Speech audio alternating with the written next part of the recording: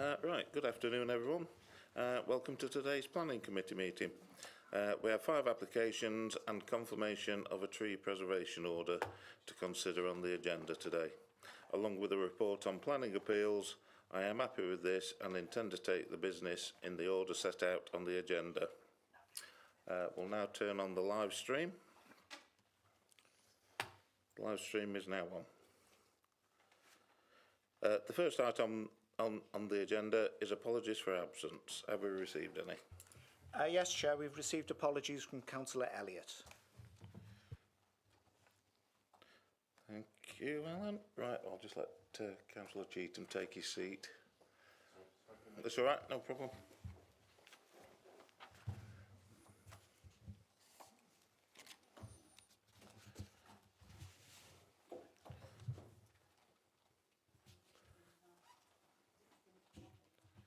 Right, item 2 is declarations of interest. Members are requested to declare the existence and nature of any disclosable pecuniary interest and or other interest not already on their register of interest in any of the item on the agenda and withdraw from the meeting at the appropriate time. Do any members have interest to declare? Silence is golden. Thank you. No interest.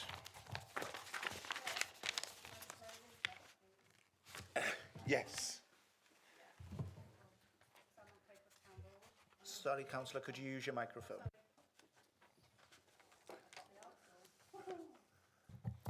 Yes, I want to declare an interest, please. I sit on Claycross Town Board, although it's only a discon, but I still want to declare the interest but remain in the room. Okay, thank you, Councillor Rose. Yeah. Can I equally say I'm on Claycross Parish Council? Right. Thank you. Okay. We now have the minutes of our meeting held Tuesday, 16th of January.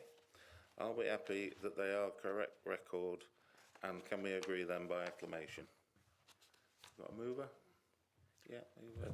Chair, I believe that I submitted my apologies at last meeting, and Councillor Durrance was my substitute, but that's not recorded in the minutes. Okay, thank you. Just make a note of that, Alan.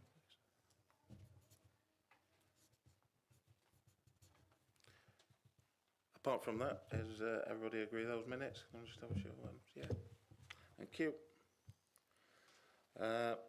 Right, that brings us on to the main business of our meeting, our 5 applications and the TPO.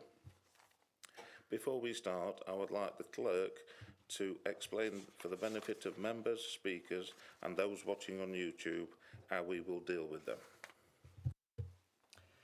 Thank you, Chair. This is the procedure for considering the business this afternoon. The Chair will introduce an application, then ask the planning officers to deliver a brief presentation and highlight any late representations that have been received. The late representations report has been published and hard copies have been circulated to you. After this, the Chair will ask any speakers to address the meeting. There are 18 speakers today. They will all be speaking on all of the applications. Speakers will each have 3 minutes to put forward their views. There will be a reminder given by the clerk when 30 seconds remain. At the end of the 3 minutes, members of the committee will have an opportunity to ask the speaker questions, if necessary, to clarify any points they have made. After the speaker has addressed the committee and answered any questions, then they will be allowed to remain in the meeting, but they will not be allowed to participate further from this point. The Chair will open up the meeting for questions to officers, a debate by the committee, and a determination on the application by a vote. The votes will be taken using the voting facility on your microphones. Finally, members, this meeting is being live streamed and a recording will be placed on the Council's website. Please note that others may choose to copy this recording. Thank you, Chair. Thank you, Alan. Right, this is application number NED/23/00609 Milltown. As members will remember, this application was deferred at our last meeting. In line with our normal practice, I'm going to ask the planning officers to give a brief presentation showing any photos and plans of the site. I will allow officers to complete their presentation. Consequently, members, unless you have any points of order that you feel cannot wait, could you please reserve these or any other questions about the process until the end? I'm now going to hand you over to Adrian Kirkham. Thank you, Adrian. Thank you, Chair. First of all, if I can refer members to the late comments report that was issued yesterday, Chair, in respect of this application. And as you say, members may recall this application being deferred by Planning Committee in January, and subsequently the application has been amended and the originally proposed outbuildings both removed from the scheme and a section of the building revised in terms of the materials of construction that mean that the whole of the new building would be constructed of stone. Notwithstanding that, Chair, officers retain the view that the proposal in effect comprises the construction of a new dwelling in the countryside and is therefore contrary to your general policies of restraint set out in your development plan.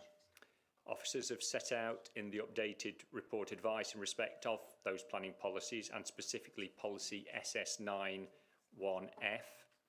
And officers conclude that the site does not represent vacant, previously developed or derelict land, and in any case that the new dwelling would retain a greater impact on the character of the countryside than the existing.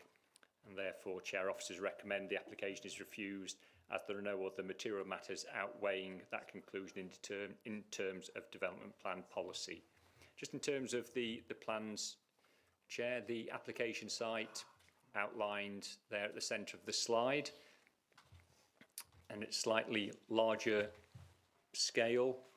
To the north of the site is a crossroads that brings together 3 highways, and then to the southeast is a public footpath that's referred to in the report. The application site outlined in red with other land owned or controlled by the applicant shown on that slide, Chair. And then in terms of the proposal as set out in the report, the application seeks to construct a new dwelling on the site, and officers take the view that what is currently on site doesn't constitute a building, and so it falls foul of your policy in respect of that. But this is just a drawing submitted by the applicant showing the state of the current building with the walls that are on the site, and that'll be shown in a couple of photographs later on, Chair, and as we saw at the virtual site visit yesterday. Originally, as members will recall, the application sought consent to construct a new dwelling with 2 outbuildings, a rebuilt WC building to the southwest of the proposed house, and to the northeast a workshop and tractor store. And originally, as you'll recall, the northernmost portion of the building was going to be constructed of materials that weren't stone for reasons set out in the original submission.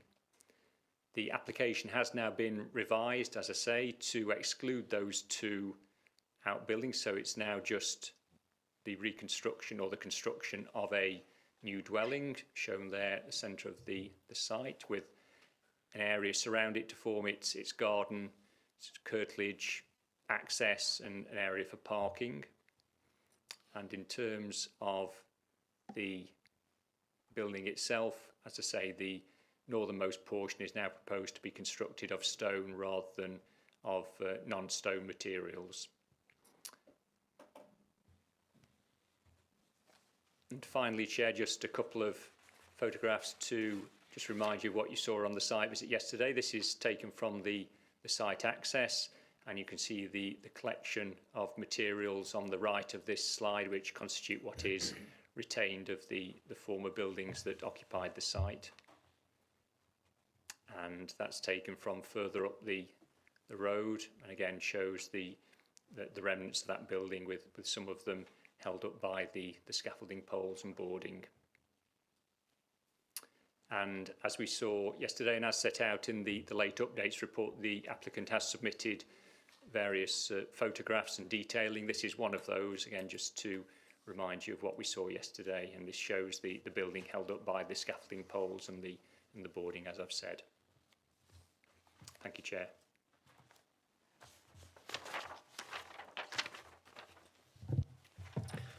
Thank you, Adrian. Right, colleagues, we have 7 speakers on the application, the first of which is Councillor Weatherhall, the local ward member. She will have 3 minutes to get over her points and will be informed when 30 seconds remain. You can ask her to clarify any matters that have been raised, but remember your questions should only relate to the points which have already been made.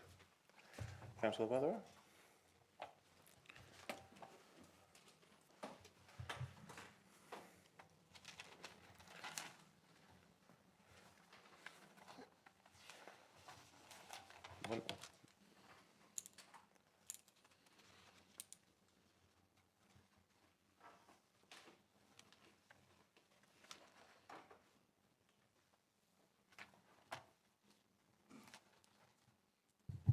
Thank you. Start whenever you're ready. Thanks. Thank you, Chair. I attended the last Planning Committee meeting, which was my first, and it was interesting and informative. I'm grateful for the decision that was made last time to defer this application. I'm a scientist, and my interest in all things planning has been piqued, and I'm taking a very active interest in this case and the evidence and logic applied to it. I want to keep my contribution simple, so I simply need to say that I am surprised by the decision that has been made by officers and commissioned agents of the council. Sorry, guys. And I find this decision bizarre and nonsensical for the following reasons. The issues in the application that were considered by the committee as contentious in the last meeting, for example, the workshop element and outside WC, have now been removed from the scheme. The Council's development plan, reference SS9, 1F, raises a key question. Was this previously developed land, as defined by the Council's policy, as land which is or was occupied by a permanent structure? Yes, clearly and unambiguously. I walk past the old house most days with my dogs. The photographs show it was a house with chimneys, fireplace, tiled floors, etc. This scheme is a reconstruction. It's a doer-upper, but it's most definitely a previous dwelling. Does the term derelict land apply here? Yes, absolutely. The definition fits this piece of land exactly. The building has not blended into the landscape. There's a 14-foot gable end standing proud and walls and windows intact. Therefore, the scheme does not fail against the definition, and there is case law that supports this. Dodds and Hands versus Secretary of State for the Environment, Transport and Regions, 2002. The building was not used by farm animals and livestock unless they used to have fires and wash in the sink and preferred tiled floors to straw. This argument from officers is nonsensical. Does the term isolated apply here? Definitely not.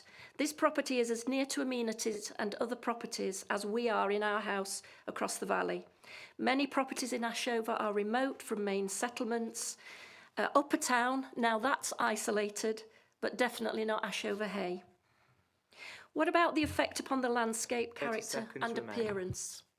Officers are absolutely right. In Ashover, we have a valued landscape, and as I can see across this valley to the site, I want it to look the very best it can.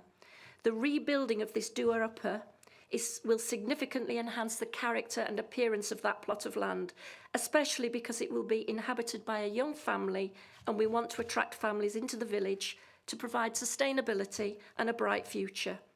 In summary, I cannot fathom why this application has been rejected. Thank you, Chair. Thank you, Councillor Weatherall.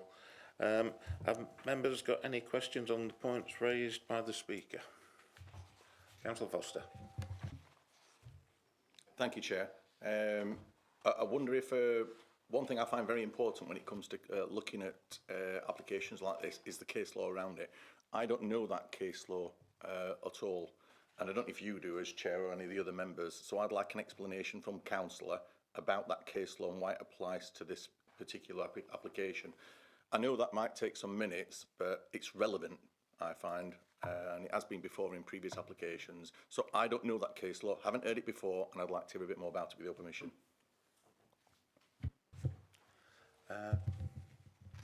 Yeah, happy to do that, Chair. Okay. Yeah. So this was a case specifically brought by Dodds and Hands, and I want to quote from that case. The expression blended into the landscape is used in PPG3, and of course that is a matter of personal judgment. But looking at the site presently, it is clear that it has not and is not physically blended into the landscape.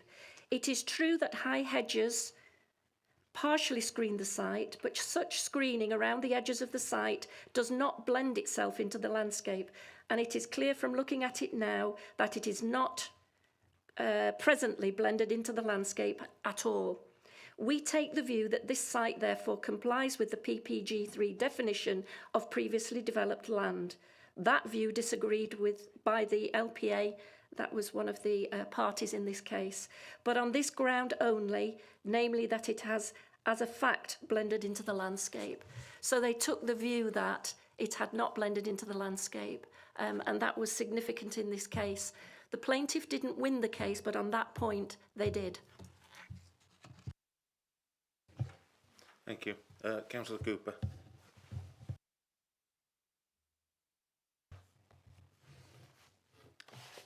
Thank you, Chair. I don't know the site particularly. I've seen it on the site plans and done the site visits. Seen lots of photographs. But if allowed and built or reconstructed, how different would it be to similar properties in that area? How much of an impact would it have, in your opinion, on that area?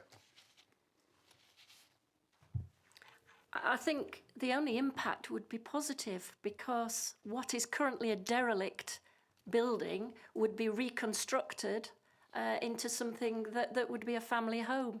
That plot is very clearly a homestead plot, and that building was very clearly a home, and that's why I'm speaking on behalf of the applicant in this case.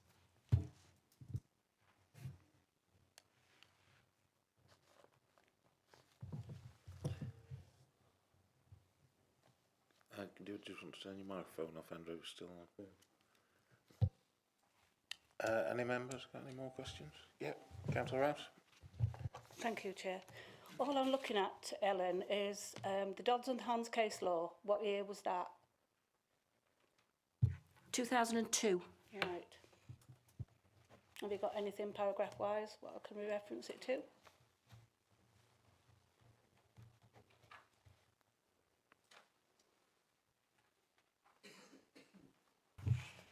Yeah, it's paragraph 4.3. Sorry. No, it's paragraph 8, subsection 4.3. They quote from some different legislation.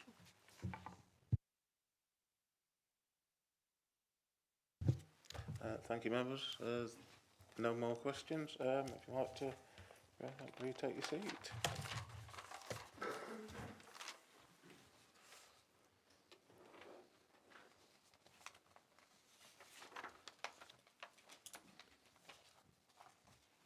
Right, the next speaker is Mr. Andrew Marsh, an objector.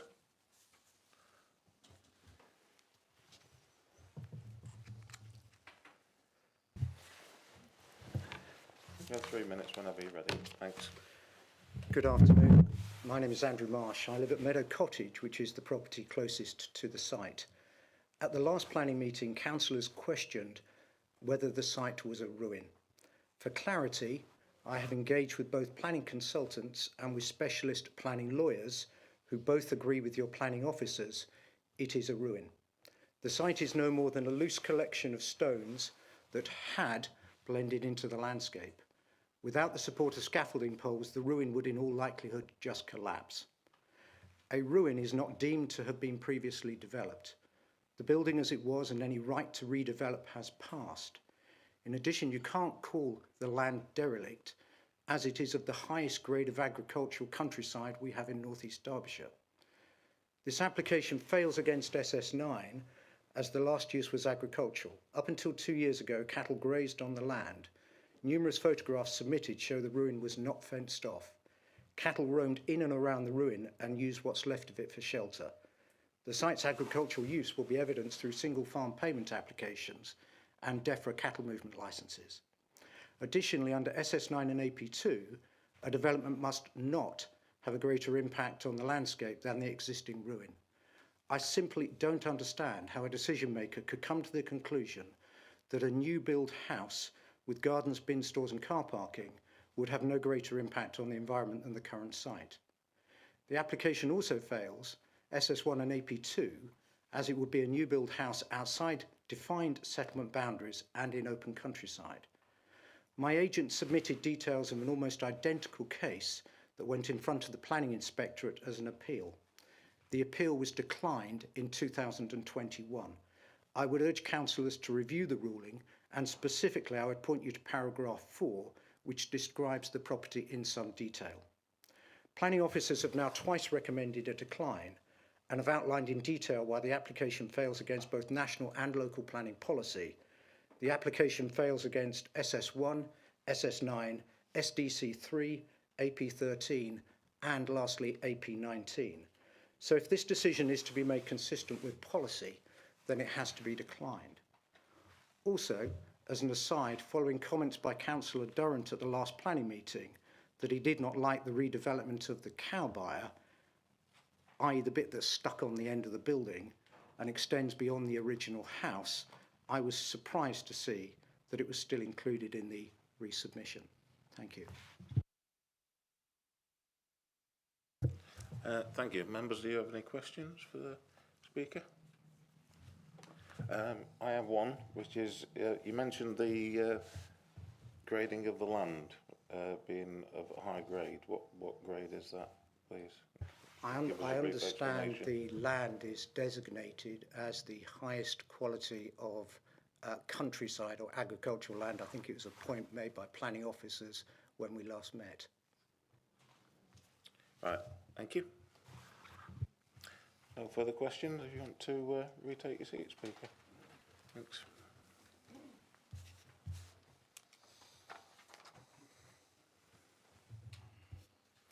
Right, the next speaker is Rob Sharp, the applicant.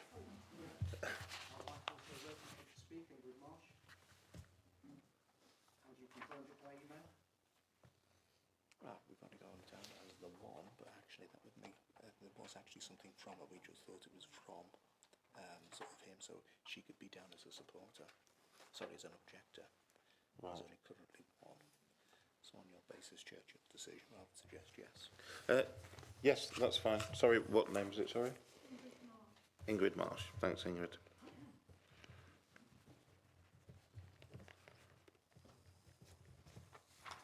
You have 3 minutes when you're ready. Thank you. Good afternoon. My name is Ingrid Marsh. I have lived at Meadow Cottage, which is the property closest to the site for the past 9 years.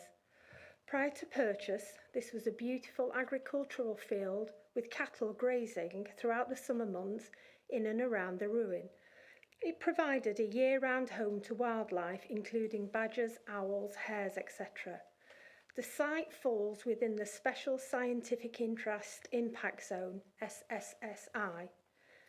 I feel it's unforgivable that over the past 2 years the field has been completely stripped, with mature trees being felled. Your own planning officer used the term sanitised to describe it. The photographs I submitted on the 13th of September and 12th of January show the extent of the damage. The site has been staged managed for this application. The planning requirement to increase biodiversity by 12% has already been undermined. We should have already protected what is the highest quality of landscape in North Derbyshire. Prior to work, previously, you could hardly see the ruin from Hay Lane or from the top road, the B6036. It had over a decade blended into the countryside. Can I remind councillors that there is a substantial badger colony on the site There is an entrance within 10 metres of the ruin. They will have lived there for decades. Badger sets run well beyond where entrance owls are. There's also key environmental issues to consider. The ruin sits on an outcrop of coal, which is very close to the surface. Borehole testing to 20 metres is a requirement of the Coal Mining Risk Assessment Report. The outcrop of coal, which is adjacent to the Badger set, would then need to be excavated and removed. Should the application be passed today, it could cause precedent. I have no doubt that it would encourage landowners nationwide with ruins on their land to do the same, strip back green fields and use this decision to support their application. I attended the planning meeting at Ashover Parish Council. The councillors chose to make no comment regarding this 30 seconds application, remain. neither in support or against. So any subsequent comments made would be as an individual and not a parish councillor. Can I remind you that popularity of the applicant has no relevance in planning policy?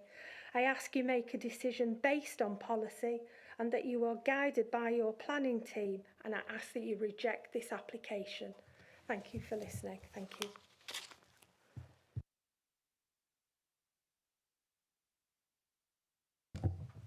Do any members have any questions for the speaker? No? I'd like to retake your seat. Thank you. We're sorry we missed you off the list.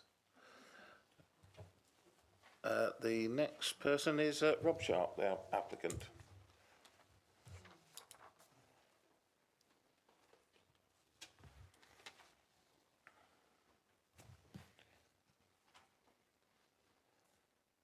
You have 3 minutes when you're ready. Thank you. After the last committee meeting, and as requested by members, revisions include the removal of the tractor store workshop outside WC and the cow buyer element of the house to be rebuilt in stone rather than timber cladding as in the last application. The buyer is within the footprint of the original dwelling as was misunderstood at the last meeting. The amended scheme allows for focus on the rebuilding of the farmhouse only and gives members better clarity on how the application can meet policy. At 3.6 of the officer's report, they give 2 reasons why they consider the site does not qualify as previously developed land. Point A. Officers claim that the building was last used for agriculture. As addressed in the statement issued by the previous landowners in response to this, the dwelling house was never used for agricultural purposes, and any reference to which relates only to the attached cow buyer. Therefore, this reasoning is not applicable. Point B, officers claim, quote, the remains of the structure had blended into the landscape, and if nature was again to take its course, then the remains of the structure would continue to blend into the landscape. No planning law has been broken in the clearing of vegetation, and any argument that nature would, in time, blend the structure into the landscape is unsound. As officers state themselves, the site is to be judged in its current state. As Policy SS9 refers to previously developed land or derelict land, officers were asked to clarify the definition of dereliction. In the officer's report, Hay Farm meets this definition precisely, yet officers still dismiss this definition as they consider the 14-foot high walls to have blended into the landscape. Their description of the site in the last meeting as a collection of stones in a field is completely inaccurate. Officers come to this conclusion having never set foot on site. Policy SS9F perfectly aligns with Hay Farm. The policy is clearly written for such sites. It covers development outside the settled development limits and is only inclusive of dwellings which have fallen into disrepair, which are no longer classed as buildings, but where the structure still remains. Young families are important to the village of Ashover. Our children already benefit from an outstanding education at Ashover Primary School and are members of Ashover football, cricket and dance clubs. As a family, we use the post office, coffee shop, village tuck shop, village hall and pubs on a weekly basis. As it is increasingly difficult for young families to afford homes in the parish, all these services are coming under increasing pressure to survive without such support. For all the distraction and debate, if members can agree with the overwhelming opinion of the local community that the rebuilding of the dwelling back into a modest family home is sensible and sound, they can be confident that policy SS9F is in place to allow the approval of this application. Should members have any concerns regarding the plans or layout of the proposal, I would welcome the opportunity to answer these. Thank you for your time. Thank you. Councillor Liggett. Yeah, Mr. Sharp, can you just confirm? I think you just said it anyway, but just confirm, so because you were a little bit quiet. Sorry. Did you just say that the footprint covers exactly? You're not gone any further? Yeah, I think there was some misunderstanding at the last meeting. The building, which has a lower roof line here and indeed a lower foundation, is actually cowby is a new term to myself. Ultimately a cowshed, but because originally this building, as it looks identical to that, was attached to the dwelling. The lower floor and the lower ridge height is exactly as we believe it was. The glazed elements, the glazed doors there, which lead into a family room, to represent where the barn doors would have been. If it was thought that was too much of a departure from how it looked before, I would certainly consider a condition where these were sort of timber doors were placed in front of these to camouflage. If members thought that was an issue, that was too much of a departure, but as the building looks and the lower ridge line and the foundations are still there on site to that exact to the exact footprint. In fact, the archaeologist who will complete a report on the site will see to you that it is. They want to study the layout of the stone so that the lower courses are in fact replaced in the same place. So footprint is absolutely identical, and like I say, the term cowshed, and it originally was built in stone. The stone is obviously collapsed. At some parts it's 4 foot high, but it has collapsed. But it was originally in stone. I drew it as timber cladding last time to try and tie the building into the outbuilding because that was timber clad. I can see that members didn't appreciate that, and it would actually be putting it back in stone as it was. So it would be as close to as it was, with the exception of those being glazed doors rather than timber. Okay, thank you. If that clarifies that. Thank you. Councillor Foster. Thank you, Chair. Thanks for that, Mr. Sharp. My question is very similar to Councillor Liggett's, but it's not about. It's more about conditions and those other two properties that we had, that the whole committee had concern about last time. The other two buildings. One was a workshop. Right. Yes. And one was an outside toilet. Yeah, WC. It was a WC that's actually still on site. The trough is actually still there. If that's the question, it's. I know we can condition this, and if we were to, if committee were minded to give a permission for this application, I do understand we can put a condition that there be no other buildings on there. Completely got that, but it doesn't stop you later on coming back for permission and wanting to build those buildings later on.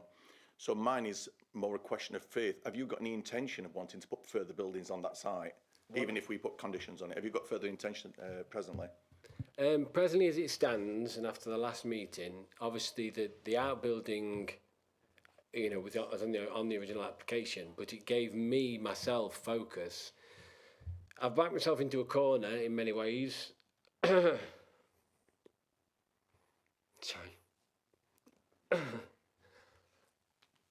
Because I need to stand up the family. Excuse me, sorry. I'm very much in need of a family home, and it gave me clarity. Sorry.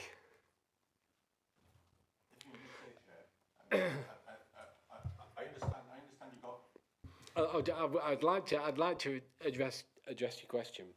So what I'm looking for is specifically, have you got any intention? I understand you need for family home and all that, but and I'm not trying to get emotional, but what I'm saying is, if there were any concerns raised about the outbuildings, to me, they can be removed from site, because what we need to do is build a family home on site. If later down the line, I needed outbuildings, it would be a completely separate application. So you'd have to judge it at that time.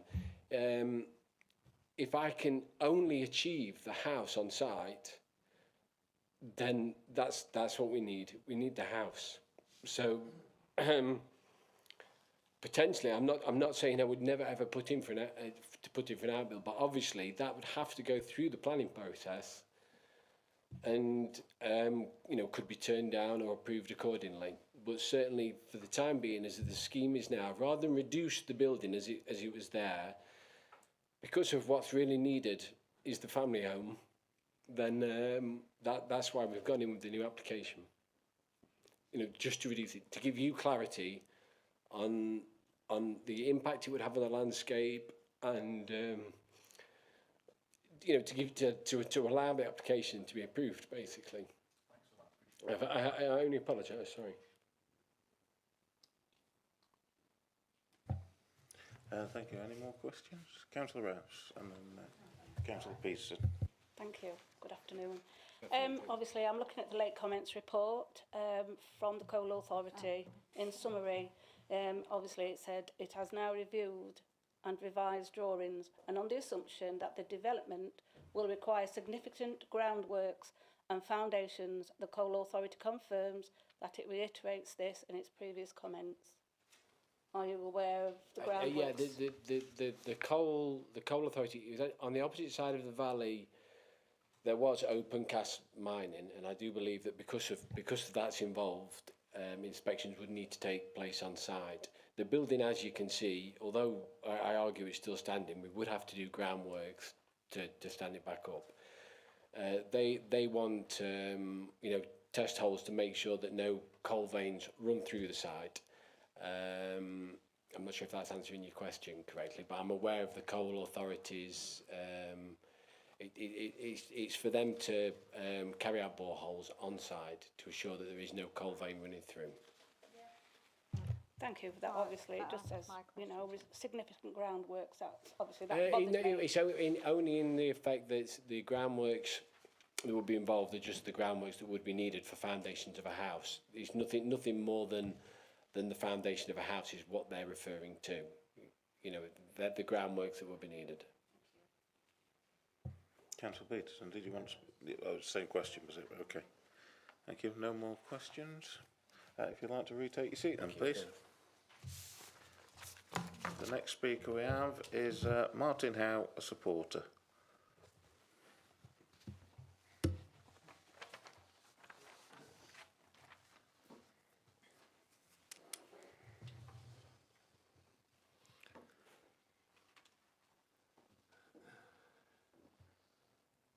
You have 3 minutes when you're ready. Thank you.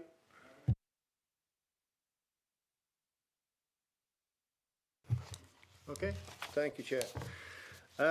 Planning officers have put together a report in which there are certain anomalies. The report states derelict land is land incapable of beneficial use without treatment, which includes any of the following points: demolition, clearing of fixed structures or foundations, and levelling. This is a precise description of Hay Farm. Officers read this description differently and have advised members accordingly. The neighbourhood plan adopted by North East Derbyshire seeks to ensure that all new development is of good quality and designed to respect the existing character and various building styles of Ashover Parish. As a local craftsman, Robbers seeks to use his skill set and the materials on site to rebuild a family home on the footprint of the original building. Planning officers have dismissed this. There is huge support for this project, and none of the official bodies contacted have raised any issues. As far as I'm aware, the Coal Authority have no objections. In fact, Derbyshire County Council archaeological report says the project is to be wholeheartedly applauded. I'm afraid the majority of the report is officers' opinions only, until the final paragraphs with a reason given to recommend refusal. In response, I would say the following. Policy SS91F states, development proposals in countryside locations outside settlement areas will be approved where Point F, it involves the change of use, reuse, excuse me, limited infilling or redevelopment of vacant, derelict or previously developed land, which would not have a greater impact on the character of the countryside. In order to accept Planning Officer's recommendation, everybody here today must accept that this is neither previously developed land or derelict land. We have heard the description of derelict land, and I will also argue that this is obviously previously developed land. The ruinous building, Planning Officer's description, is plain to see. It was occupied within living memory, and it's confirmed it was not last used agriculturally. 30 seconds remain. There is nothing in the local plan covering buildings returning to landscape. This is a local matter. The present character of the area is not formed or characterised by numerous ruinous buildings or derelict dwellings scattered throughout the landscape.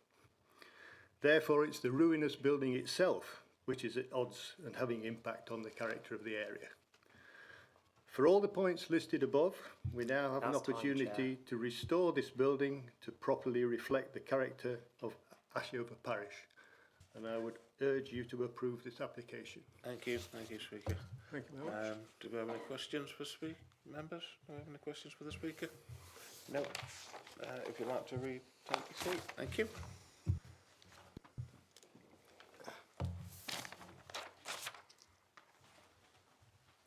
Next speaker is Cathy Clark, also a supporter.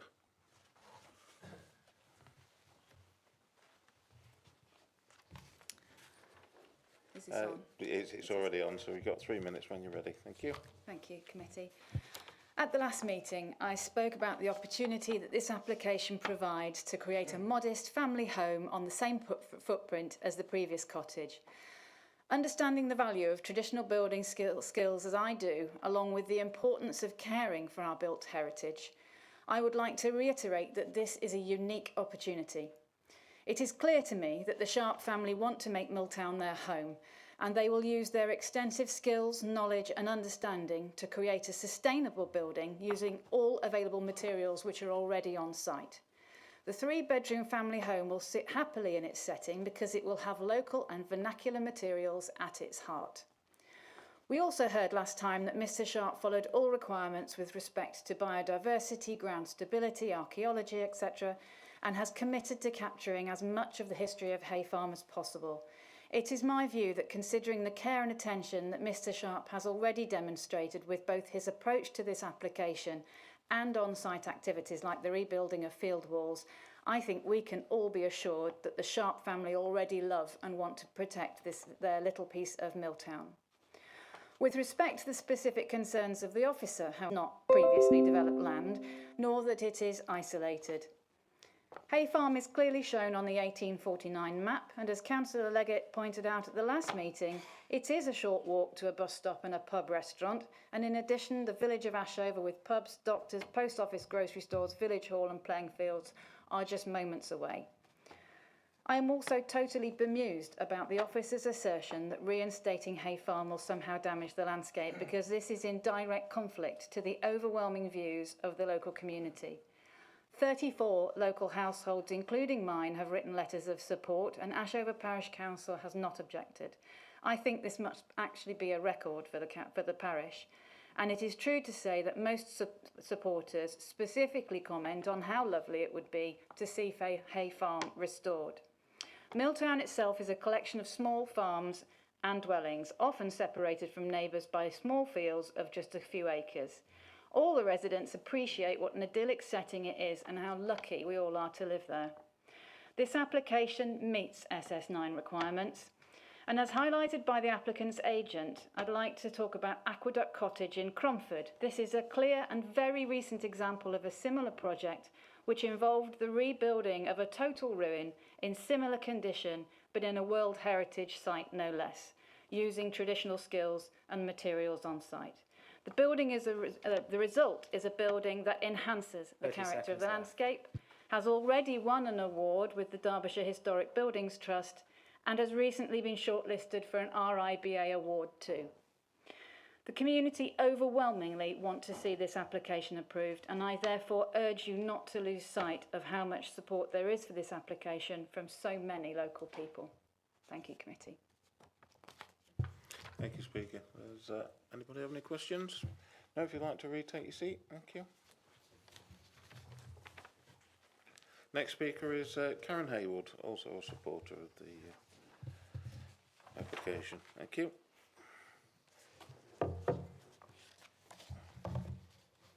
3 minutes when you're ready. Thank you. Thank you. Thank you for giving me the opportunity to speak again in favour of this planning application. My name is Karen Haywood and I've had the privilege to live in the beautiful area of Milltown for the last 28 years.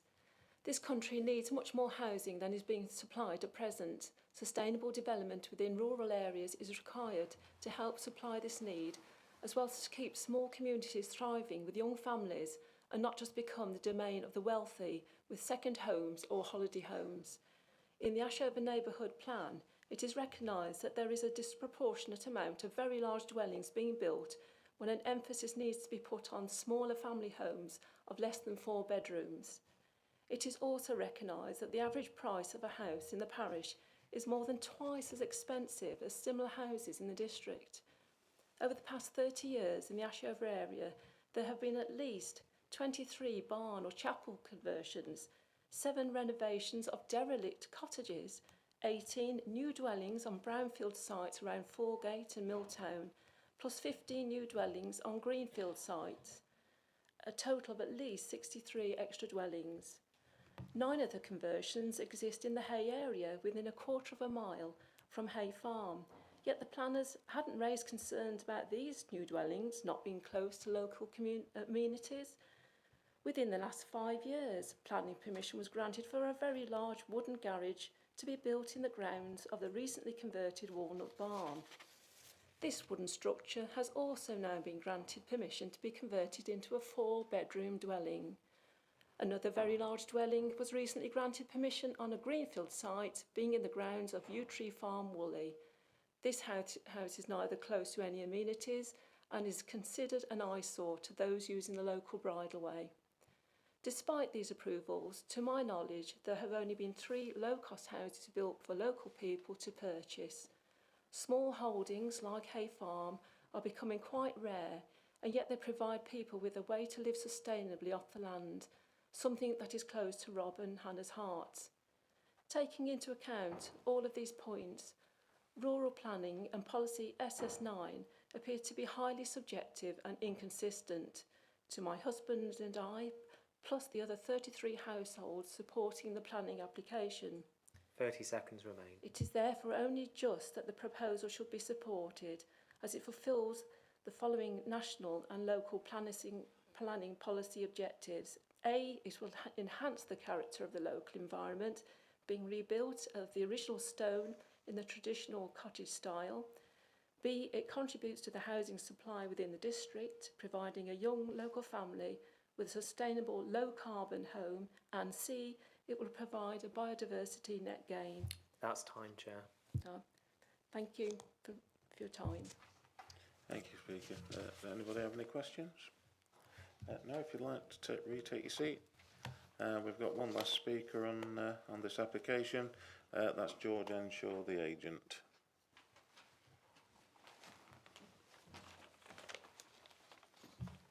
Thank you, Chair, and good afternoon, members. I appreciate members will have heard a lot today, so I'll try my best to be brief. Okay. Thank you. I also appreciate that members may seek clarity on how to interpret policy SS9 of your local plan and how the application is policy compliant. Policy SS9 subsection F permits the redevelopment of derelict or previously developed land. The condition of the site can be seen in photographs within the late representation pack. The substantial remains of the structure, which include walls up to 14 feet in height, including the openings for ground and first floor windows, are clearly visible. The site cannot have been deemed to have returned to nature, and indeed cannot be used for agriculture without the raising of the land. Whether the land is derelict or previously developed is highly subjective, and simply a common sense approach on a case-by-case basis is sufficient interpretation of this criterion. It is therefore submitted that the site constitutes derelict land in accordance with Policy SS9. We must then turn to the second criterion of Policy SS9, which relates to the impact upon the character of the landscape. Members were made aware of the recent Woolly Moor appeal, which was considered at the last meeting to have some bearing on this application. However, with respect, it can be quite clearly distinguished. The appeal inspector found in that case that it was of poor quality and uninspiring design, thereby failing the second criterion of Policy SS9. The inspector did not have to consider previously developed land in that case, and indeed was silent on the matter. The application at Hay Farm before you today, however, is quite distinct, in that it is of a high quality design that faithfully reconstructs the original farmhouse. The building is within the original footprint of the farmhouse, and the proposal enhances the landscape in accordance with the second criterion of Policy SS9. It is also in accordance with Policy SDC3 of your local plan, which relates to landscape character. It is therefore submitted that the proposal is in accordance with policy. If members were inclined to agree with this, I request that members put forward a motion to vote against the officer's report on the grounds that the site does constitute previously developed land or derelict land, and the proposal has a beneficial impact upon the character of the landscape, both in accordance with Policy SS9, subsection F, and with Policy SDC3 of the local plan. Thank you for your valued consideration. Should members have any further questions as to the interpretation of Policy SS9, I'd be happy to take them.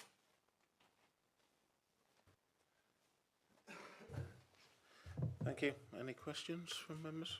Councillor Foster. Thank you, Chair. My concern is around SS9, 1F, as you pointed out, and also around SDC 3. But what I'd like to concentrate on, and I'll ask you this because you are here in a professional capacity, it's about the definition of previously developed land. In the officer's report, we've got 3.6 on page 11. I don't expect you to have that in front of you, but it says the definition of previously developed land is set out in paragraph 8.6. I can't see that in our actual report, which is what I'll be covering with officers later. It doesn't appear to be in there, but if it is in there, I'll withdraw those comments, but I can't see it. I've had to look at, find my own definition of this from the National Planning Framework. So I'm concerned about previously developed land and its definition. And I expect you know more than me about this. So I'll expect a detailed answer on this. So I've got it as being land which is or was occupied by a permanent structure, including the curtilage of the developed land. So that's what I understand how it's written. So can you expand on that more for me, please, and for the rest of the committee? Certainly, thank you.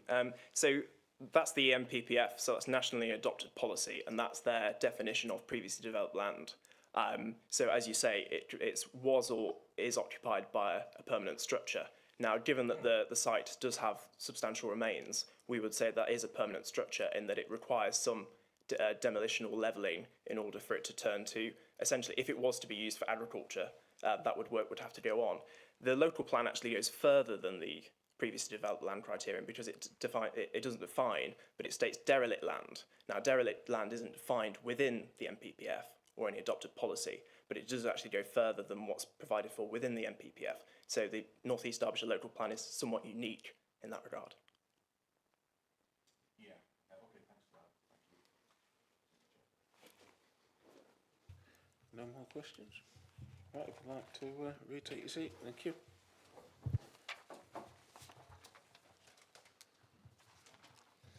Right then, colleagues, you will now have opportunity to put questions to officers about the application. As always, I would like you to keep this part of the proceedings focused on getting clarity about any points you are not sure of. Once we have done this, we can then move on to our discussion about the application based on all that we have heard and read. Questions for officers? Councillor Foster. Thank you, Chair. So what I mentioned earlier to Mr Earnshaw, that 8.6 and the definition of previously developed land, that's the first question. Where is that in the report? Yeah, my apologies, Chair, if we didn't explain this well enough in our addendum, but it's paragraph 8.6 of the report that came to members last time, so it was Appendix A in the pack, in today's pack. So it's paragraph 8.6 of Appendix A. And apologies, Chair, if we didn't explain that well enough in our addendum. I'll take that. And further to that, when we look at SS9 1F, it involves the change of use, reuse, limited infilling or redevelopment of vacant, derelict or previously developed land.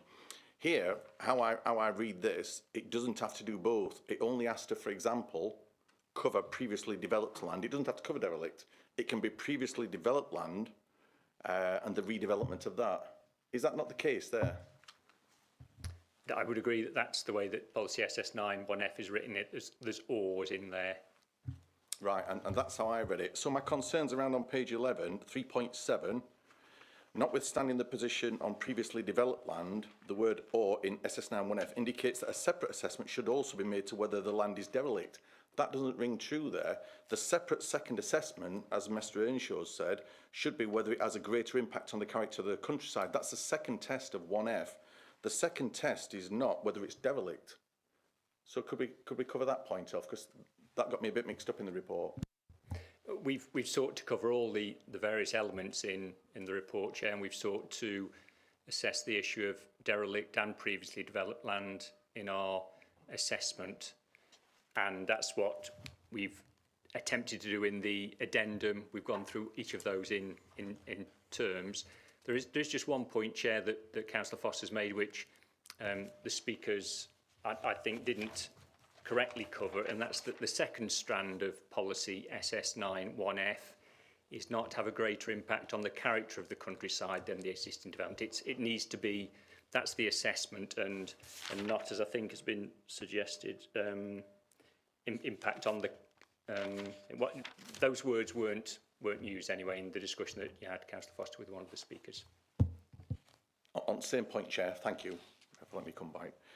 But it does say on 3.7, notwithstanding the position on previously developed land, the word or in SS9 1F indicates that a separate assessment should also be made as to whether the land is derelict. That statement isn't true there. It's not true that 1F doesn't say that. I'll happily be corrected if it does, but as I read it, it doesn't say that. The second assessment must be on the impact, not on whether it's derelict. So it's that actual, if we read it again for the committee, bottom of page 11, 3.7, notwithstanding the position on previously developed land, the word or indicates that a separate assessment should also be made as to whether the land is derelict land. It doesn't. The separate assessment must be on greater impact. So in this case, it must only be, if we were happy that it's previously developed land, that would be enough without even considering derelict land. I don't think Councillor Foster and I, Chair, disagree on that point, that the or is making assessment of. So what we've sought to do as officers is deal with all the points so that we cover all the various elements, so previously developed land, derelict, etc. So we've gone through each of those, so it can be one or the other. So we've dealt with both of those to try and cover both those off. But again, I'd agree with Councillor Foster that there needs to be that additional test, that even if you were to find as a committee that it was the redevelopment of vacant, derelict or previously developed land, so any of those you may assess and come to a conclusion on, you then have to have the second test of it not having a greater impact on the character of the countryside than the existing development. Yeah, that second point we agree on, Chair, but it's what it says in that statement. It indicates that a separate assessment should also be made on whether it's derelict. It doesn't. It's that specific point. I don't disagree with Councillor Foster, Chair. There's the or in there, so we can one or the other. I don't dispute that. It's just we tried to cover off both. Okay, but it could be misleading. Is any other questions for officers? I've just got one on the land grading, Adrian, with regard to the being a high grade land. I don't believe, Chair, we've set that out in the report. In terms of, is this in terms of the grade of the agricultural land, grades 1, 2, yes, 3 and 4? if you can point me to the part of the report, Chair, I'd be grateful. To be honest, I've not seen it in the report, which is, but obviously one of the speakers did raise that as. I don't know what grade it is, Chair, I'm afraid. It's not an issue that I recall seeing in our assessment. We've not gone into the issue of whether the land is high grade or otherwise agricultural land. Thank you, Adrian. Right, we've got no more questions for officers. Thank you for that. And that now leads us on to the final part of our process, our discussion about everything we've heard and what we think and what we want to decide. But before going any further, I would like to ask the clerk to remind us about motions. Right, thank you, Chair. Please bear in mind, members, that a motion must be moved and seconded before a vote is taken. If an amendment to a motion is moved and seconded, then that amendment will be voted on first. If a motion is to be moved which goes against the officer recommendations, then the member who has moved the motion must give the reasons for doing so. The reasons for moving a motion against officer recommendations should comprise the relevant planning issues and be supported by evidence as necessary. If a motion to reject officer recommendations falls, or in other words it is not passed, that doesn't mean that the recommendations are automatically approved. Rather, you will need to take a positive decision through a further motion in favour of the recommendations or a different course of action. This will need to be approved by the committee through another vote. Thank you, Chair. Thank you, Alan. Right, I would now like to open the floor for debate. Councillor Liggett. Well, I think everybody's aware of my views from last time, and I think we've had clarity on most of the things that we were all a bit confused about, i.e. the footprint of the building, the removal of the outbuildings, which seem to perturb people. It's pretty obvious, in my opinion, that this is a genuine family wanting to live in the countryside. They've found a beautiful piece of land, it being derelict, whatever you want to refer to it, an old property that's only been not there for 60 years, which isn't that long. If they didn't build on that land, if that land went up for sale back to agricultural land, that stone would be taken away. That piece of history would be lost forever, because nobody's going to, well, not many people would want to farm land with a house in the middle of it. So no doubt that stone would be sold and lost from Ashover, where it will have come from, because that's where most of the stone was quarried from. And it would just return to an agricultural field, yes, but that piece of history would then be lost, which I think is extremely sad. And from what I've seen, this family just want to reproduce what was there 60 years ago. Exactly. They're not trying to build something modern and out of keeping. They're trying to replace a traditional Derbyshire smallholding farmhouse. And that's my opinion. Thank you. Thank you, Councillor Liggett. Anybody else want to take part in this debate? Councillor Cooper. Thank you, Chair. I was struggling last time, and I'm still struggling this time. When I look back at the pictures, the one that's in the pack on Appendix A from 2009, it obviously looks exactly how it's described in the report, part of the countryside. When you look at figure 10 of page 22 on Appendix A still, it's now a clean site with walls supported. That's the part that gives me some problems, because I see the first picture and I see the taking everything into account, the policies, etc., etc. That makes me conflicted in my judgment on this, and I'm still a little conflicted as to where I want to go with this application. Thank you. Thank you, Councillor Cooper. Councillor Cheetham. Yeah, I was just going to say, Chair, that policy SS91F does appear to allow for development of derelict land. I think the slightly ambiguous thing for me is in the final sentence it says than the existing development. So it's how you define an existing development when it's, I think it's 63 years since it's last been occupied. But I think it definitely comes under derelict, and it, as far as I can see, reading that, it does allow for the development of derelict land, so I'm minded to support the application. Thank you, Councillor Cheetham. Councillor Foster. Thank you, Chair. For myself, as you probably know, Chair, I'm more interested in the policy side of it. I'm particularly interested in 1F, and when we look at that, not that concerned about the derelict property. I'm concerned about the previously developed land and its definition, because that's where it hangs for me. That's as I understand it. And when you look at that definition, land which is or was occupied by a permanent structure, so is or was, including the curtilage of the developed land, although it should not be assumed that the whole of the curtilage should be developed, and any associated fixed surface infrastructure from the NPPF.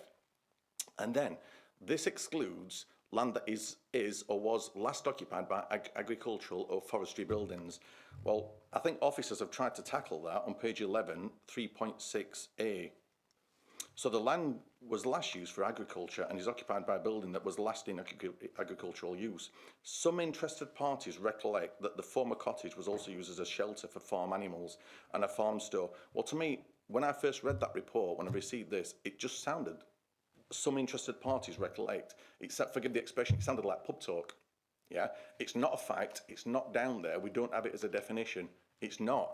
This is still, in my mind, as I understand it, and I think in many others, previously developed land. So when it comes to previously developed land, I feel this application already covers SS9 1F. That's the first. Then wouldn't it have a greater impact on the character? The second test of 1F, wouldn't it have a greater impact on the character of the countryside than the existing development? I don't believe it will. And I know that's it's down to our own view, and we've all got our own view on that, but I don't think this will have a greater impact on the character of our countryside. That is what it is. So I believe it covers SS9 1F quite easily. The second test, which we've got to look at, STC, the second policy, STC3, about it respecting the distinctive landscape character, I believe it does. We've already heard that it's no larger in scale than the original building. It's the same footprint. We've got 2 outbuildings which have been withdrawn. It's now of stone, and I know that this last bit, because we're hearing about family homes and sustainability and the rest of it, but the last bit, which isn't policy, but does have an effect on my view, when we're talking about it does not cause significant harm to the landscape, or it respects the distinctive landscape character, it's not just our view, we can also take the views in this case on the residents. So we've got, for me, 34 letters of support. If the locals don't believe it has that it respects the landscape and it doesn't have significant harm to the landscape, then I'm inclined to actually believe that the same. So for me, I'm quite happy with this application and that it fulfills policy. SS9 1F, and as for as the councillor just mentioned, the walls being supported and that being an issue with the scaffolding there and it being cleared. That's not against any of the rules. To clear your land and to support walls that are already there. If the applicant or someone had built the walls up, or cemented them, or made them higher, or changed the building, the existing building in some way, absolutely, but not to support them. No, that's preserving what's already there. So that's my view on that. So thank you, Chair. Thank you, Councillor Foster. Councillor Gay. Yes, I think SS9 can be slightly subjective, and I mean, I think I'm of the view that this is previous developed land. I do take the officer's point, though, that we have to look to the next step. I think you said last time, you know, what happens down the line. That's quite difficult. And so in a way I can make that case.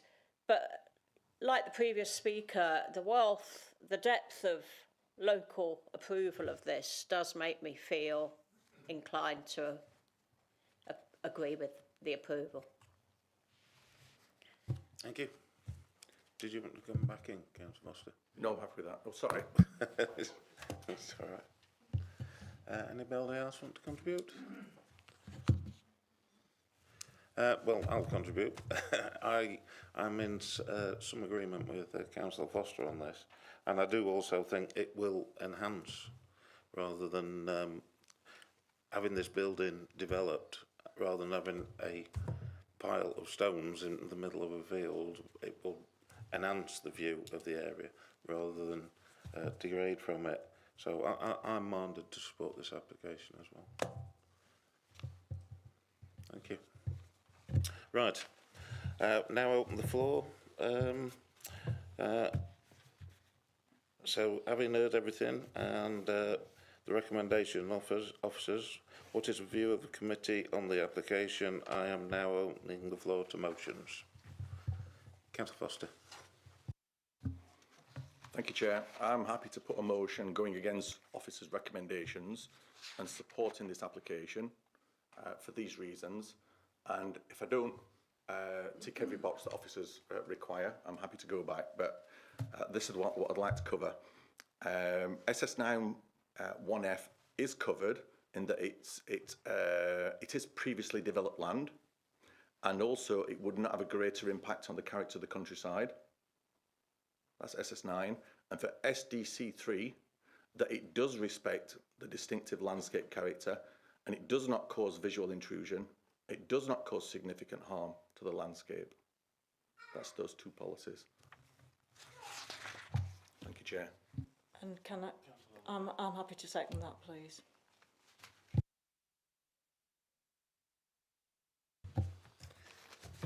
Right, we have a substantive motion on the floor. Sorry, Chair, just before you go to that, is there anything which the planning manager wishes to? Just going to ask, Chair, just in terms of the motion, if members are minded to grant permission this afternoon, whether you're happy for any conditions to be attached, delegated to myself, Chair, or whether you want some variant of that model. But the one area that during the debate there was some discussion about is the removal of permitted development rights. So that would be one condition that I would recommend to members, if you're placing weight on that issue, that as one condition is attached as a minimum. But if you're happy to delegate that to me, Chair, that's fine. Or if you want me to do that in consultation with yourself and the Vice Chair, you're going to be guided by you, Chair. But if the issue of conditions could be delegated, that would be helpful. Yes, I'm happy to delegate those, and I think that's an important aspect to add what you've said there. Thank you. Right, members, we have a motion before us. Before we move to the vote, I'll ask the clerk to read out so we are clear on what we are voting for. Okay, thank you, Chair. As I've got it here, it is to approve the application against officer recommendations on the grounds that it's compliant with policy SS9 1F as previously developed land, which would have no greater impact on the landscape, and policy SDC3 as respecting the character of the local landscape. Is that the essence of it, members? Thank you, Chair. Do apologise, yes, with the conditions delegated to the planning manager development. Thank you, Chair. Thank you, Alan. Right, if we can open the vote then, please.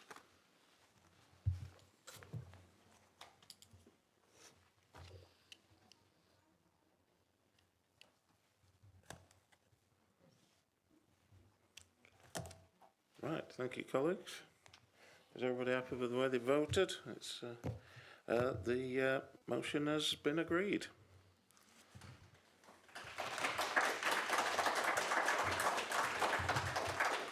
Couple of minutes so we can do this, Richard.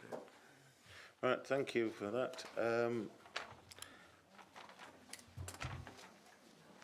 If people would like to leave the chamber now, we're going to take a short comfort break before the next application. So we'll just be a couple of minutes for those waiting. Thank you.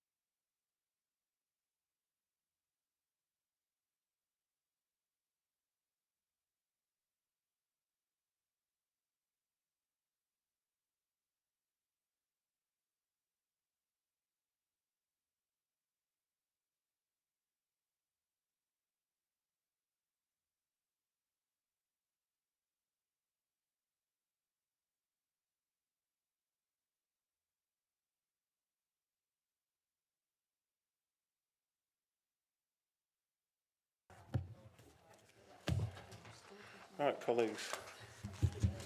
Kathy, move. Right, we now move on to the second application, NED/23/00565/FL Wessington.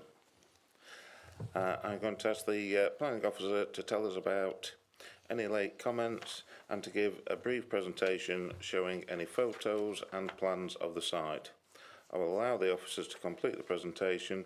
Consequently, members, unless you have any point of order that you feel cannot wait, could you please reserve these or any questions about the process until the end?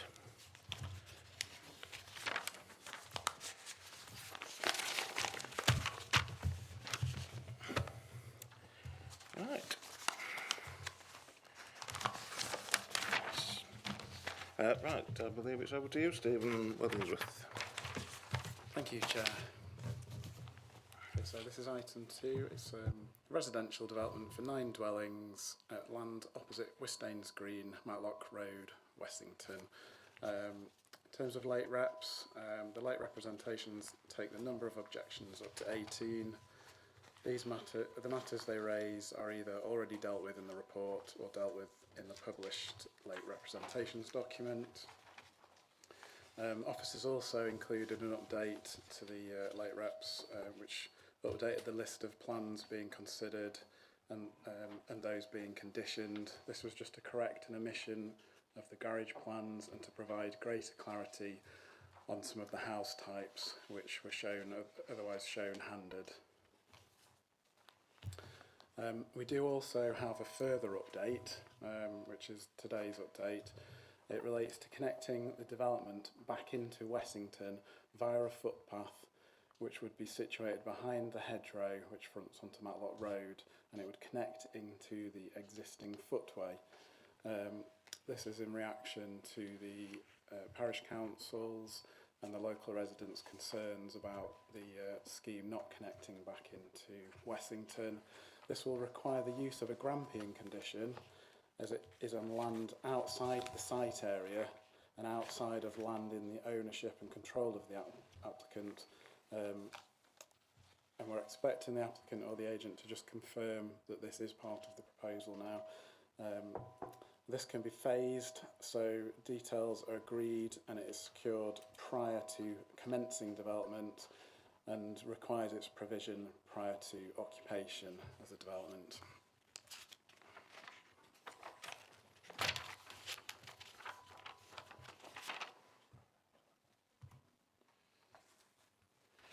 Okay, so the site is located at Wessington. It lies outside the settlement development limits and is therefore classed as being within the countryside in planning terms. The boundary of the settlement development limit is on the opposite side of Matlock Road, the A615, and includes the recently constructed Wistains Green development. The site is 0.45 hectares in area and comprises part of a field which was formerly pasture land. Spring Gardens is a development to the southeast. The Proctor's Motors and Storage 2000 site lies to the northwest. Adjoining the Proctor's site is Cottage Farm, Matlock Road. Cottage Farm is identified as a non-designated heritage asset in the Wessington neighbourhood plan. There is a mature mixed hedgerow of native species to the field boundaries with occasional mature trees. These are ash within the hedgerow. And Derbyshire Wildlife Trust have identified these hedgerows as wildlife corridors. The site shows some areas of low to medium risk of surface water flooding along the front of the site facing onto Matlock Road. This is opposite the Wistains Green access and extends in both directions following the direction of the road. It's just a slightly zoomed in site photo there. The red edge there shows the limits of the settlement development limits, and the blue is the surface water flooding, which you can just see, as I've just explained. It follows the route of Matlock Road just within the site. The surface water flooding has been dealt with though by a submitted flood risk assessment.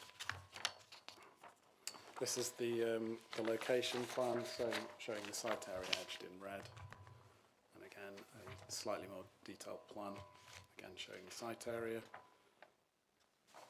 So this is the proposed site plan which shows the layout of the 9 dwellings and the location of various house types. All the dwellings are 2-storey.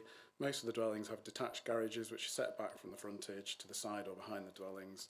There are 2 dwellings with integral garages, which are plots 8 and 9. In general, the proposed development will appear much less car-dominated than the approved development. Points to note are that the development has been designed to be outward-looking to Matlock Road and for dwellings to have interest in the way of openings, where these also front onto the access road. The dwellings have also been designed to maintain the quality of the architectural detailing of the front on the rear as well, so that they have as pleasant an appearance from the rear as they do from the front. For example, the openings still retain heads and sills, and there is interesting brick detailing. This is to enhance the appearance of the development to aid it appearing outward-looking from other vantage points. This is the landscaping plan. Points to note are the existing hedgerows are retained, new hedgerows to the east and west perimeters of the site, 3 larger trees, 17 smaller trees throughout the site, hedgerows forming boundaries within the site where it fronts onto the access road. This is the highways plan demonstrating the swept paths of vehicles and visibility displays. It's worth noting that the Highways Authority have not objected to the scheme, subject to conditions. Whilst we did negotiate a footpath along the frontage to connect into the footpath at Wistanes Green, that was omitted from the scheme as the footpath at Wistanes Green is private, so no right of access can be assumed, and the residents of Wistanes Green have reinforced this point in their representations. There does remain concern in the representations that we've received about highway safety. However, the Highway Authority have not objected to the scheme, and once the land ownership issues were discovered about the Wistanes Green footpath, the outcome of our discussion with Highways Authority was that the footpath could be omitted, as it would not be a safety requirement for a development of this size to connect back into the village. So there is a footpath shown to the extent of the radii to aid the future connectivity. And as I mentioned earlier, we've got today's update, which we now have the alternative provision via a footway behind the hedgerow along Matlock Road, connecting into the existing footway.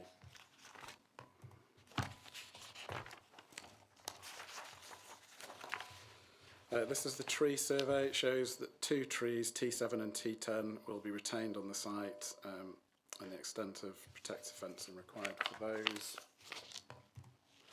This is one of the house types. It's a 4-bedroomed one, the Wolfcott house type. It's floor plans. This is the Cresbrook render elevations. These are 4-bedroomed, plots 1 and 7, and plot 1 faces onto Matlock Road. It's floor plans. This is the Cresbrook 2 render elevations, which is 4-bedroomed, plot 4, which faces onto Matlock Road. There's its floor plans. This is the manifold house type. Again, it's 4-bedroomed. There's its floor plans. And this is the Grindleford 2 and Padley 2 elevations. These face onto Matlock Road. Note these are 3-bedroom semi-detached houses, and note the side elevation has been provided with openings as it faces onto the access road to give it an active appearance. There's its floor plans.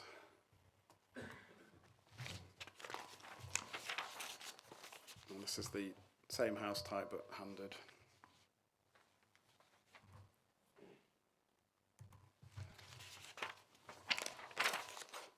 Garages are fairly standard design, single garage and then a double garage.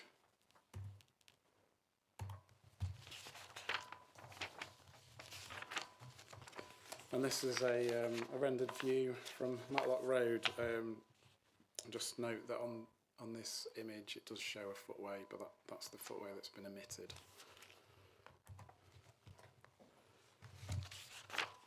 Again, this is another rendered vantage point, just showing, looking into the access road. The footpath there would extend to the extent of the radii, but from that, after that point, it would be omitted.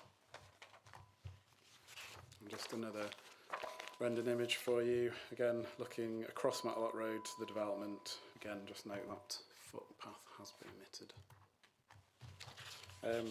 This is a section through the site showing Cressbrook 2 house type across to Wistains Green, just to get a feel for height comparisons. And it shows that the Cressbrook 2 house type would be approximately 632 millimetres taller to its ridge than the house opposite on Wistains Green. And much of this difference could be attributed to the difference in levels between the two sites. So onto some site photographs here. Looking northwest up Matlock Road with the site on the left. The access to Wistains Green is on the right. Note the tree in the foreground will be lost due to its condition. The tree in the distance will be retained. This is the access that has been created as part of the works undertaken to implement the extant permission. And this is the site, looking from that access across the site. From the back of the site, just looking right over the site. Again from the back of the site, looking towards Wistains Green development. Similar vantage point, just looking towards Wistains Green, across the site. Similar again, just to give you a feel for Wistains Green in the back. And at the back corner of the site, looking right across the site.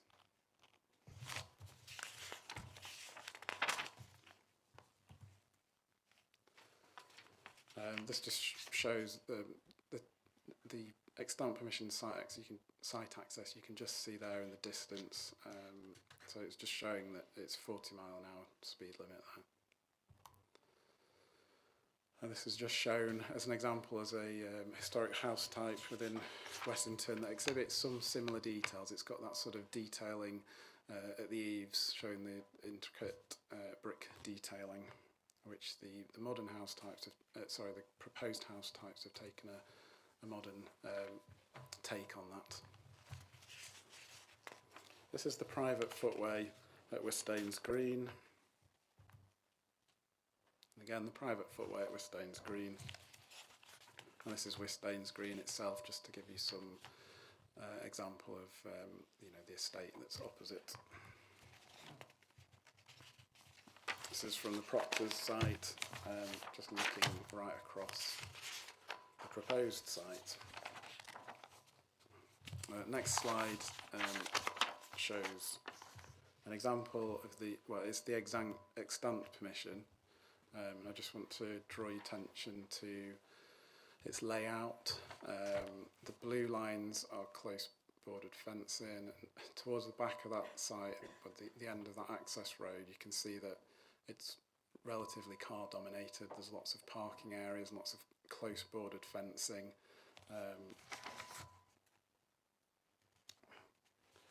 Together these elements would not make it as high quality an environment as the proposed scheme.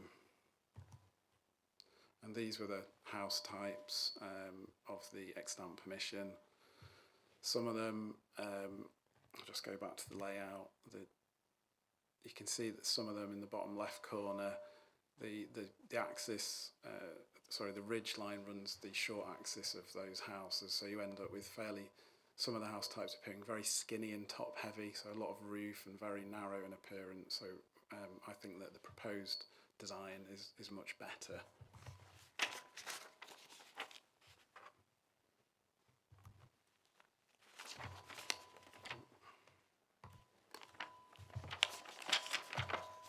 Again, just to leave you with a visual there, and just to conclude, the principle of the proposal is contrary to the development plan because it's located outside of the settlement development limits. This weighs against the scheme. However, the fact that an extant planning permission exists on the site for 8 dwellings is a weighty material consideration in favour of approving a development of this character, which in many ways is comparable with that approved previously. Officers also contend that the design and layout of the latest scheme is superior to that previously approved and will represent an upgrade on that already approved. This weighs in favour of the scheme. There are other factors to be taken into account, but mostly they are neutral in weight and merely address planning constraints such as surface water flooding, neighbouring amenity, heritage and highway safety, However, the ecological enhancements that can be achieved through the proposed scheme do add some further limited weight in favour of the proposal. Therefore, officers consider that there are other material considerations that in this case outweigh the importance to be attached to the development plan, and accordingly recommend that, subject to the planning conditions, planning permission is granted. Thank you. Right, thank you for that. We have 4 speakers on this application. The first of which is Councillor Cupid, local ward member. She will have 3 minutes to get over her points, and will be informed when she's got 30 seconds left. You can ask her to clarify any matters that have been raised, but remember your questions should only relate to the points which have already been made. So just on that, Chair, is Councillor Cupid is joining us by Teams, I believe. Are you there, Councillor I'm Cupid? here if you can hear me. I'm here if you can hear me, Chair. Is that working? Yes, we can hear you. Yeah. Okay, Councillor Cupid, you've got 3 minutes, thank you. Thank you, Chair. So I'm speaking today both as one of the local ward members, but also on behalf of several local residents. Whilst I know there's another local speaker registered, because it's half term, as I think we all know, a few were unable to attend today, and so have asked me to convey some of their concerns over this application. There's also been a lot of confusion with this application, as I think you've just heard, as you can see in your report, as the plans have changed multiple times on this right up until indeed today. The latest proposals haven't been formally reconsulted on, and whilst I appreciate that isn't a necessity and so nothing's been done wrong, I think it would have been useful to do that given the potential consequences here, as you can see from the late comments of the parish council too, and the strength of feeling in the village on this. So that point aside, the key planning concerns for me are threefold here. Firstly, the proposed house designs and layout of this development aren't in keeping, in my view, with the character of the rest of Wessington. It's quite a different character throughout Wessington, whereas this is proposing a very road-heavy layout with quite small gardens and not a lot of openness, even in contrast to the previously approved scheme. Similarly, you have to battle a bit with all the documents and the reports because of all the changes to this. But what is still being proposed here is quite a significant and large 3 and 4 bedroom houses, which they only have 2 parking spaces, but they will also command and tower over the rural surroundings on the edge of the village that they should really be relating to. It also feels a little bit like Mission Creep, as we've come quite a long way since bungalows were first proposed for this site a long, long time ago by previous applicants. In a similar way, alongside the imposing nature of these proposals, it doesn't relate to the rural edge of the village and the countryside it's surrounded by. The landscaping proposals, whilst are there, are quite vague and seem to omit the previously approved applications, quite detailed planting around the edge of the area. And so I personally can't support this new application. In addition, the other main point that I had been planning to raise was the footway and suggesting that the lack of any non-vehicular access to the village was pretty key. And I know that's something that lots of residents and the parish council have raised. It appears now, given the recent report, that obviously there is a proposal for a footway, which I would welcome, but it would be really good prior to the planning committee making a decision today for, I think, the local community to be able to see those plans and have the chance to comment on them. 30 seconds remain. The impact that could have on on the community.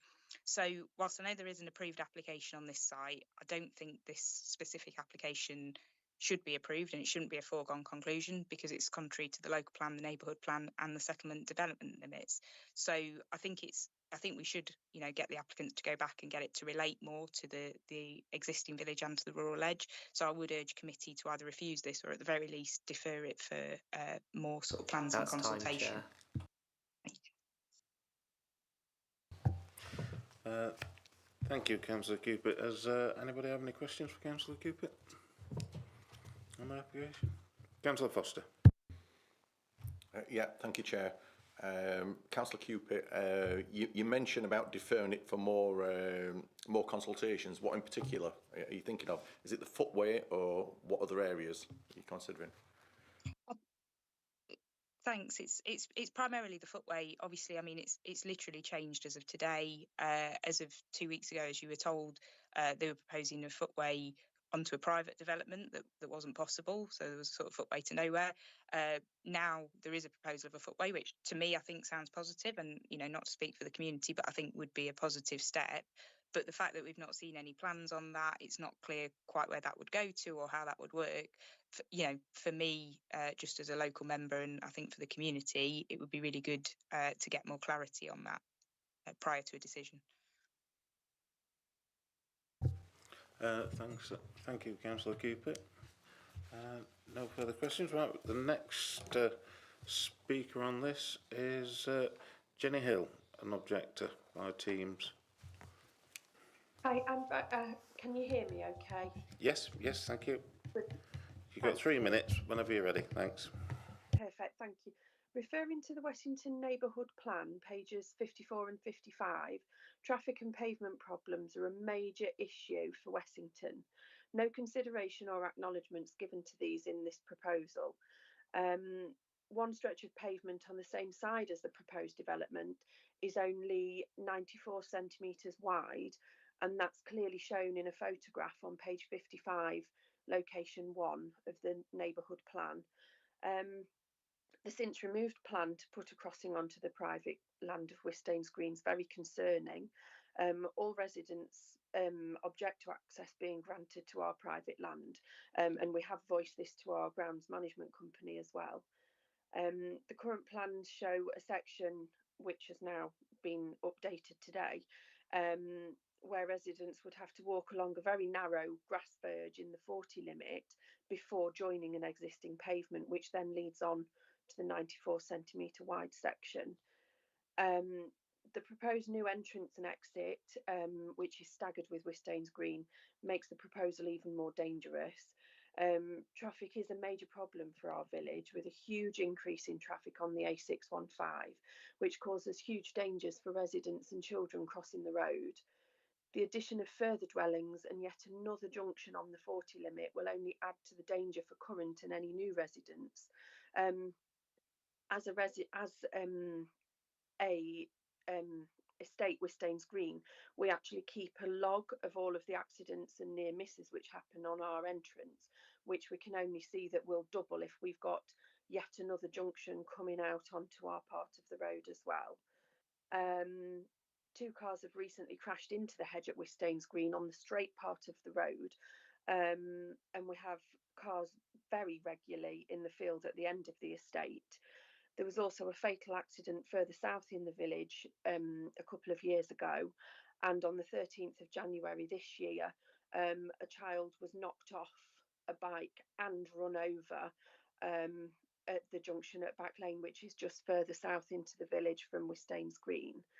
And that again was due to somebody claiming poor visibility and not sticking to the speed limit. The village can't sustain any more development. The power supply is not able to cope. 30 seconds remain. The National Grid are currently having to replace the substation as it's being completely overloaded. The development doesn't show any evidence of being self-sufficient, and the drainage system in the village is also overloaded, with some of the council estate houses being flooded with sewage on a regular basis. Thank you very much. Thank you. Do any members have any questions for the speaker? No, thank you very much. Thank you. The next speaker is Glenday, the applicant. This is the table just up here. Yes, that one, yeah. Firstly, before I start, if you can just, yeah, you have to turn on the microphone. That one? Yeah, and you've got Right. 3 minutes, thank you. Okay, before we start, can I very quickly give someone the plan, the new plan with the footpath showing? Does anybody want to look at this? Because this seems to answer a lot of the objections. Because we've got the plan here with the new footpath in place, which both speakers have commented about. We brought it with us. If you want to see it, it's here. Yeah. Because I know it hasn't had time to go on the portal yet, I wouldn't imagine. No. Yeah. Yeah? Yeah, you would like to see it? Yeah, well, there you go. Chair, can I come? Yeah, go on, Councillor. Yeah, thanks, Chair. I think it's very difficult for the committee to base decisions on because a lot of us aren't familiar with reading plans like this. Yeah. So this, I address the committee in this. It's unfair for us to make a decision on this. We've had concerns raised, and providing things like this at the last minute is not on. I'll say plainly. We've only been asked to provide this yesterday, the last few days. Okay, if I just continue, Chair, for these reasons in the past, we've deferred applications like this so we can actually look at them in detail. That's only my view, but that's what we normally do, so we could, you know. I'm just going to seek officers' advice on this. If somebody would like to address that, please. Chair, I apologise, I was just speaking to Stephen, but I just wanted to let members know that the position, and Stephen will correct me if this is incorrect, but this is only an issue that's been raised in discussions with officers this morning. So there has been discussion this morning about this issue of the footpath, and it's been raised, as members will have seen, in representation.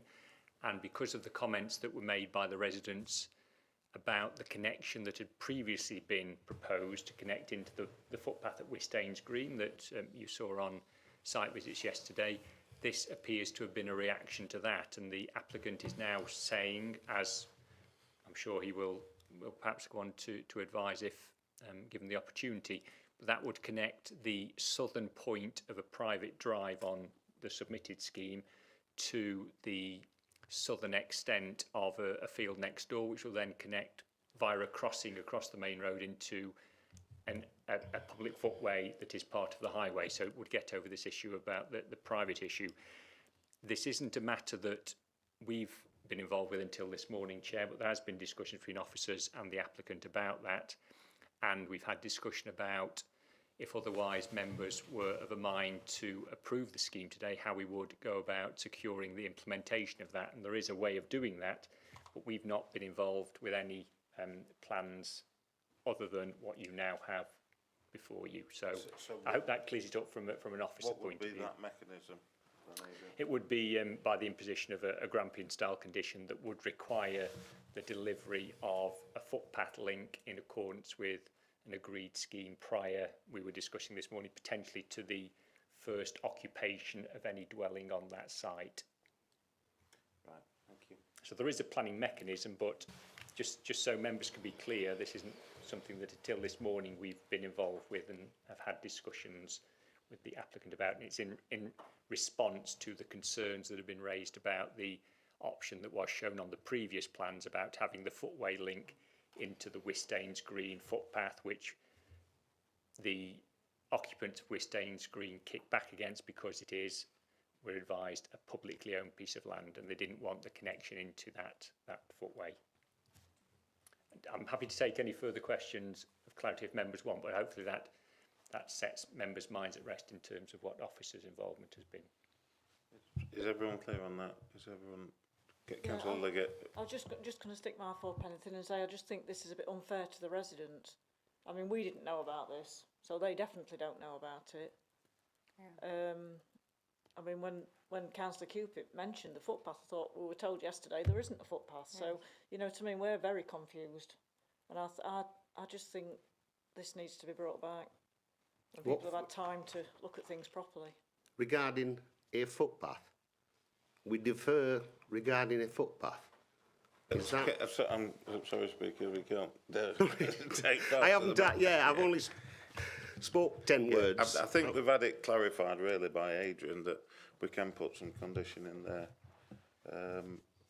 The one thing that is certainly the case, Chair, is that we've not had this plan, so we've not had the opportunity of even consulting with others, but that would be a matter that committee would need to consider. But from an officer point of view, it's the formation of a footpath beyond a hedgerow that will in itself have very little impact on the character of an area in terms of its size and extent and impact.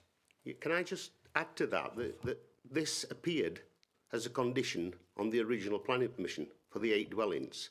That footpath ran down the inside and then kicked onto the road, onto the footpath, and joined that footpath. That was a condition, I think you'll find, on the original planning. I don't think this has changed. That was there. Okay, Councillor Liggett. Can I just ask Adrian, does a footpath, a hard standing in an agricultural field, not need planning permission anyway? I think that's a moot point. I think you could take a view that it does in its own right, but it is a moot point.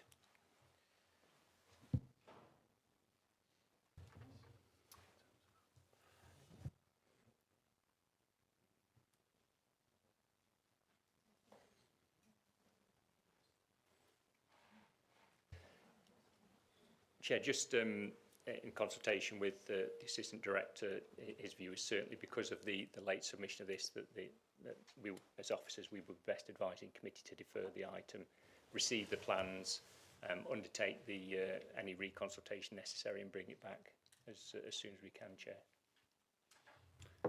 Yeah, I think that's probably the right procedure that we need to go down. So, is everyone happy with that, to defer this for it to be brought back to the next meeting? Are we talking? Yes, Are we talking deferring just on the footpath? Can we have some clarification that the site plan is acceptable, the designs, the sizes, the shapes are acceptable? Because we've worked with the planners on this. Are we talking? As far as I'm aware, the application has changed now. This footpath has been brought in, so we need to look at it again, basically. Yeah, but Mr. Wigglesworth, to look at it and review, and go out to consultation with it, and take it, and then bring it back to a meeting later. On the footpath. Yes. Right. The whole application. Yeah. Or the whole application. Yeah. What's the difference to the application? What does the footpath mean to the application, or make a difference to the application, which has been recommended by the planner? Chair, if I can perhaps help. In terms of the scheme, that would stay as it is, but we would look for formal submission of that additional plan, and then it would be a matter of reconsulting as necessary on the whole package, including that footway, and that would include a 14-day formal reconsultation with elected members, parish council, and any other parties. So we would allow for that period of time, and then we would bring the whole matter back for consideration to planning committee. So it wouldn't just be an issue of the footpath, it would be the whole matter of the application and all the details. And I appreciate that is a delay of a further 4 weeks for the applicant before it brought back, Chair. But in view of what the issue has been raised by members, I think that would safeguard yourselves and also satisfy yourselves that all due process have been followed. So I would apologise to the applicant for that delay, Chair, but I think that is the best process and best way of proceeding to not disadvantage any party. So we can look at a meeting at the end of next month. Is that the next scheduled meeting? I believe it is. It would be the meeting in April. In April. No, March, Chair, yeah. And it's I don't remember the exact date, but it would be about the 20th. Mm-hmm. Right, I'm going to put that through as a motion anyway, that we defer until. Okay, thank you. All in favour? Okay, we'll just do that one by acclamation, thank you. So we'll be able to review the complete plan at our next meeting. Okay, thank you.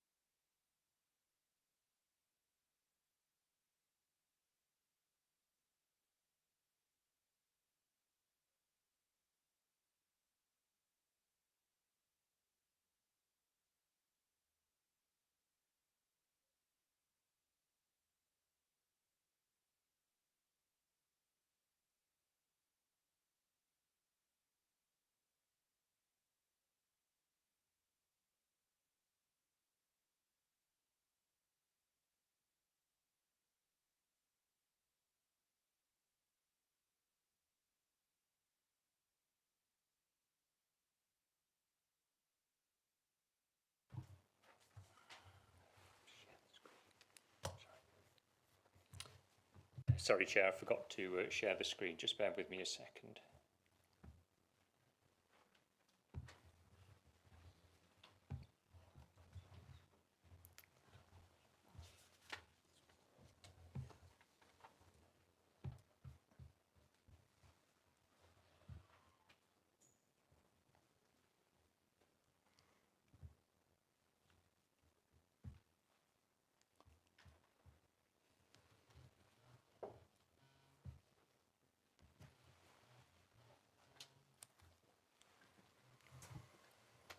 Thank you, Chair.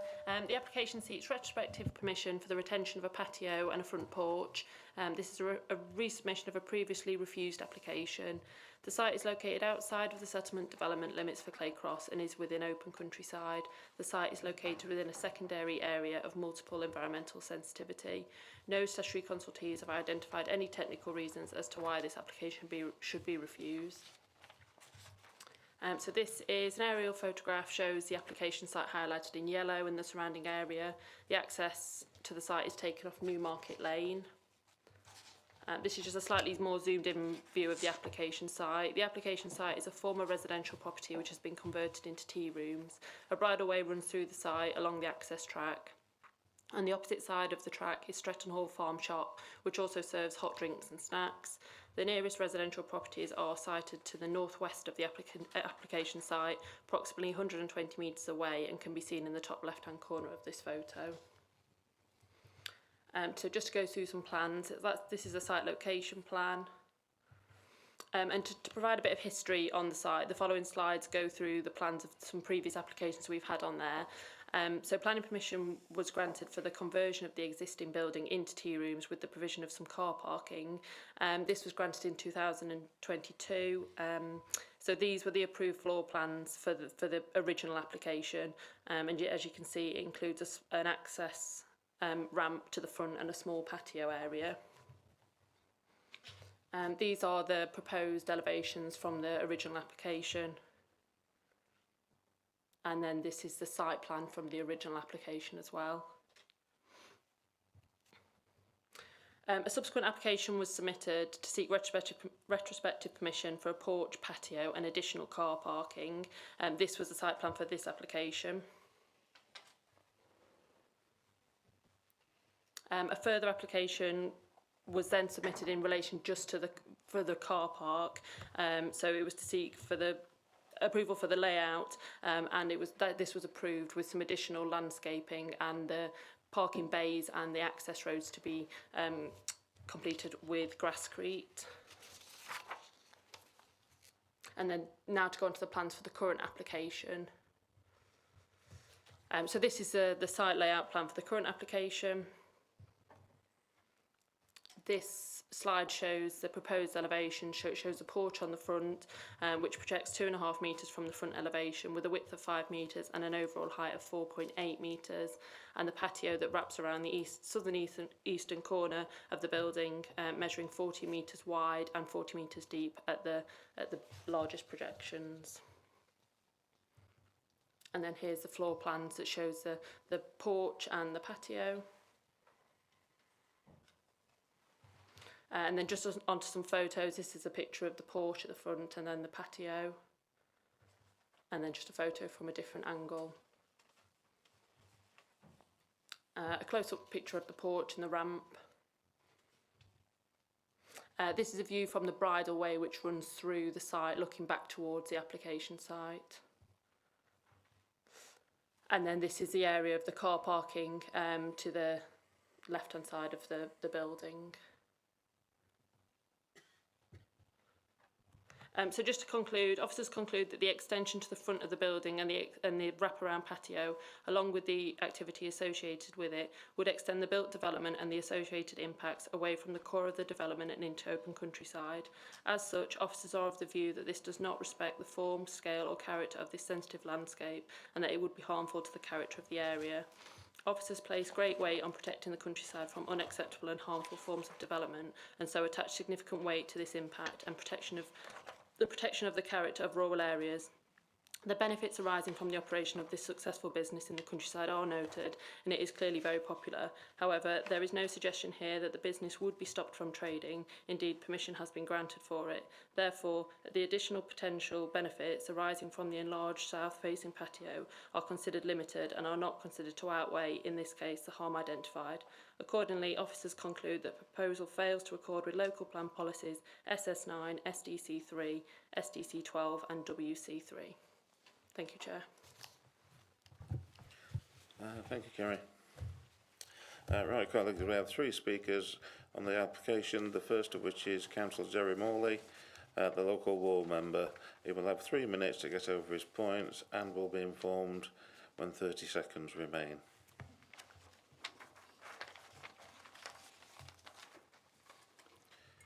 When the speaker is finished, you can ask him to clarify any matters that have been raised, but remember, your questions should only relate to the points which have already been made.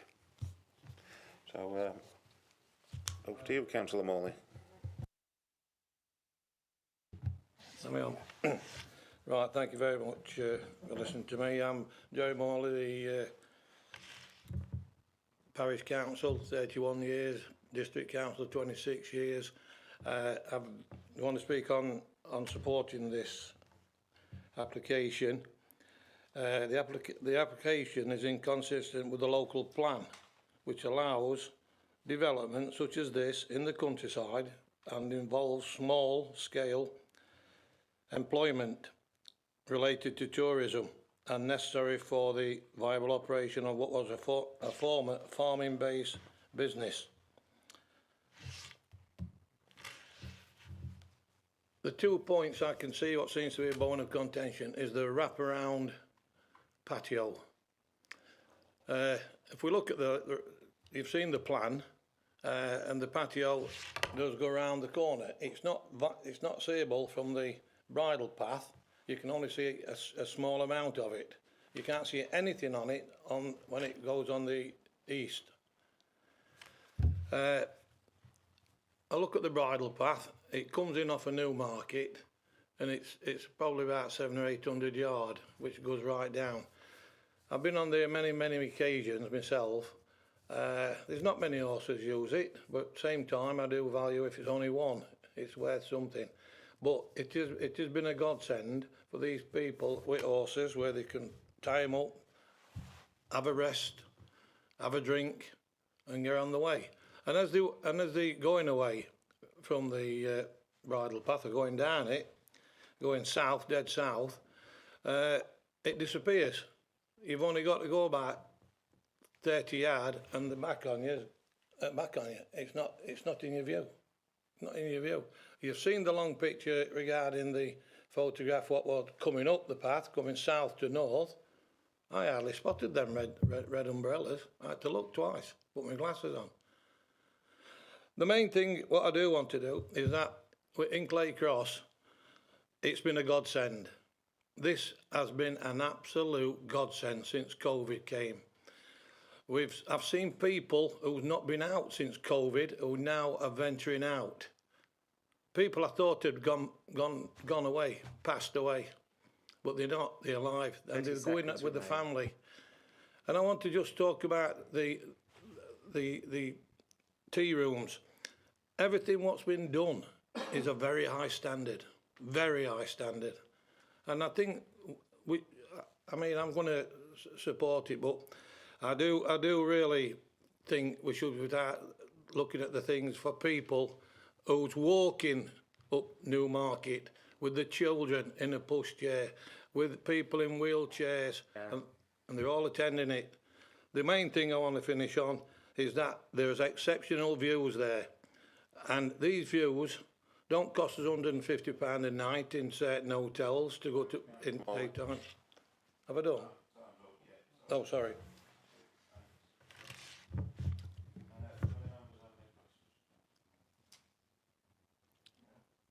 Councillor Foster. Thank you, Chair. Thanks to that, Councillor Morley. When I'm thinking about making a decision on this, I'm going to be again looking at policy. You say it's consistent with the local plan, but we've heard from officers, and not in detail, because I'm going to ask officers that later, but we've heard that it fails to accord with so many plan policies, SS9, SDC3, SDC12 and WC5, and I think that's what we'll be considering when we're making a decision. I'd happily hear from you if you've got any details on any of those policies that you want to cover. Oh yeah, but just Thank you. Go to you. It's to do with the development for local plan. I've read it in here, and that's in me. If you will have it on your desk, on your laptop, because I sent it in, and it'll tell you that they encourage tourism, they encourage it, and if this is not encouraged, then I don't know what is. We do really need to support it, I'll tell you. You know. Thank you. Any more questions? No. If you want to retake your seat, Councillor Morley. Thank you. Thank you. Went quick. 3 minutes. The next speaker on this is Martin Meredith, the applicant.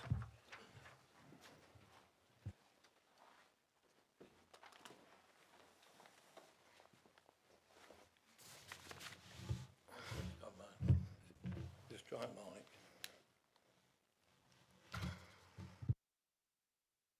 Yeah, you need to press and get, you need the light on, and you've got 3 minutes. Thank you.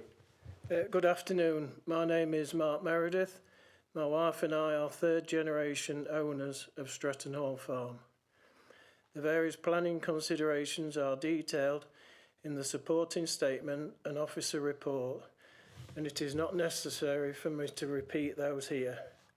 However, it is not considered sufficient weight has been given to supporting the valuable rural business as required by the National Planning Policy Framework.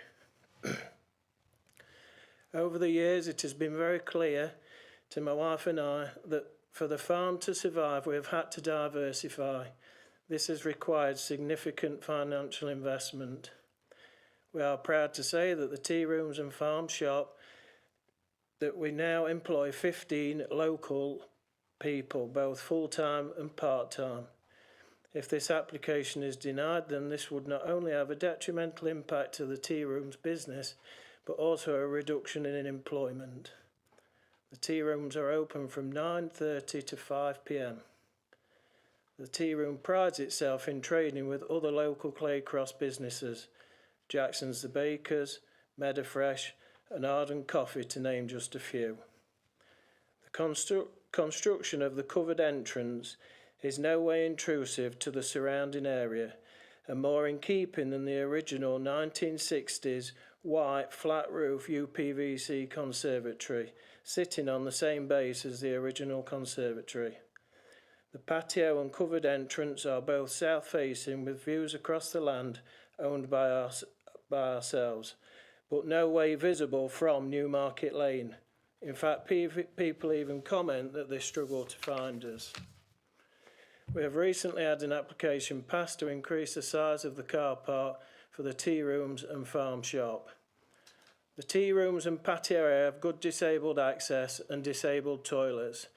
As I understand, we would not need planning permission to put tables and chairs on the grass around the tea rooms, but we felt it was extremely important, an important issue to look after wheelchair and disabled customers to also enjoy the view across the countryside. I would also like to bring to your attention that Laura Nutter from North East Derbyshire District Council Tourism Board approached us to help tourism in Derbyshire. 30 seconds remain. And we were happy to do so. They came and made a short film with Julie, my wife, and also took some drone footage. Julie and I have been overwhelmed by all the letters of support for the retention of the patio and covered entrance by customers and local councillors, which can only be described as a unique setting in the district of Claycross for everyone to enjoy part of the countryside. Thank you for listening. Thank you, Speaker. Has anybody got any questions for the Speaker?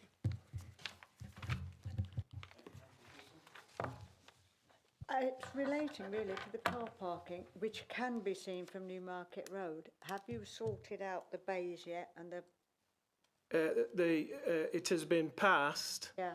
and obviously we've got a time frame to do that. Right. So the answer to the question is no, it hasn't at the minute, but we do have a time scale to do that, and that's what will be done.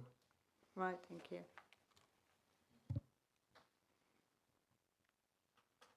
Any other questions? I've got one. Why? Obviously, it was granted planning permission, Yes. and now we're looking at a retrospective because what was given in the application wasn't adhered to. Yes. Can you explain that, please?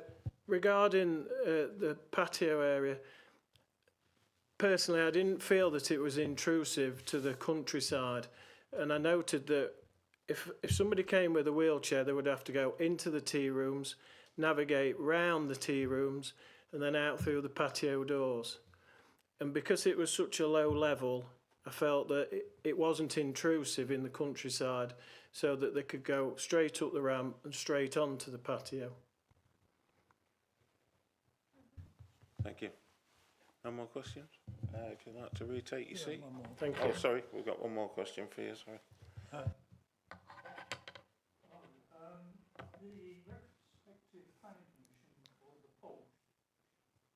What made you think that you could actually build that porch?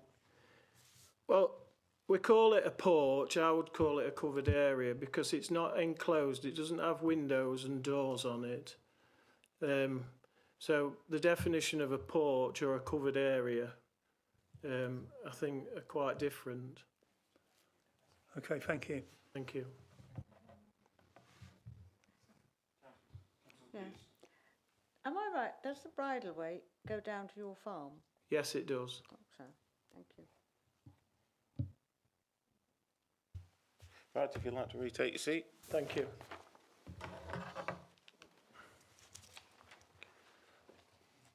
Right, we've got one more speaker on this. It's Brian Lynn, a supporter.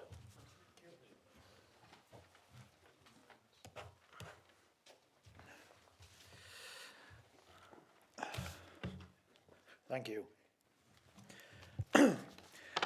I've been resident in this part of North East Derbyshire for 70 years, since birth, as have my parents, grandparents and great-grandparents. My parents, grandparents and great-grandparents being farmers in the immediate Ashover area. As such, I have great affection for this part of Derbyshire and therefore very critical of any development which detracts from the natural beauty in any way. My wife and I love to take every opportunity to walk the footpaths and bridleways locally, which is the main reason we came across this wonderful establishment in 2018. I can categorically state that the proprietors, Jubilee and Mark Meredith, have always followed the ethos of ensuring any development here totally fits in and is fully sympathetic to the rural, beautiful rural surroundings of the countryside area it's set in. I would implore all committee members of this planning application, if they have not been to view this establishment and who may be reluctant or who are unsure if to approve the porch and the patio in its present form, to please make a visit there and substantiate my view of support for this application before they make their decision. Prior to the development at Tanglewood, I can remember the white UPVC conservatory, which previously stood on the same footprint as the porch now stands. I can definitely state, which doesn't need much imagination from anyone, that the present porch is of the same size and as the previous conservatory and much more in keeping with the rural setting it is in.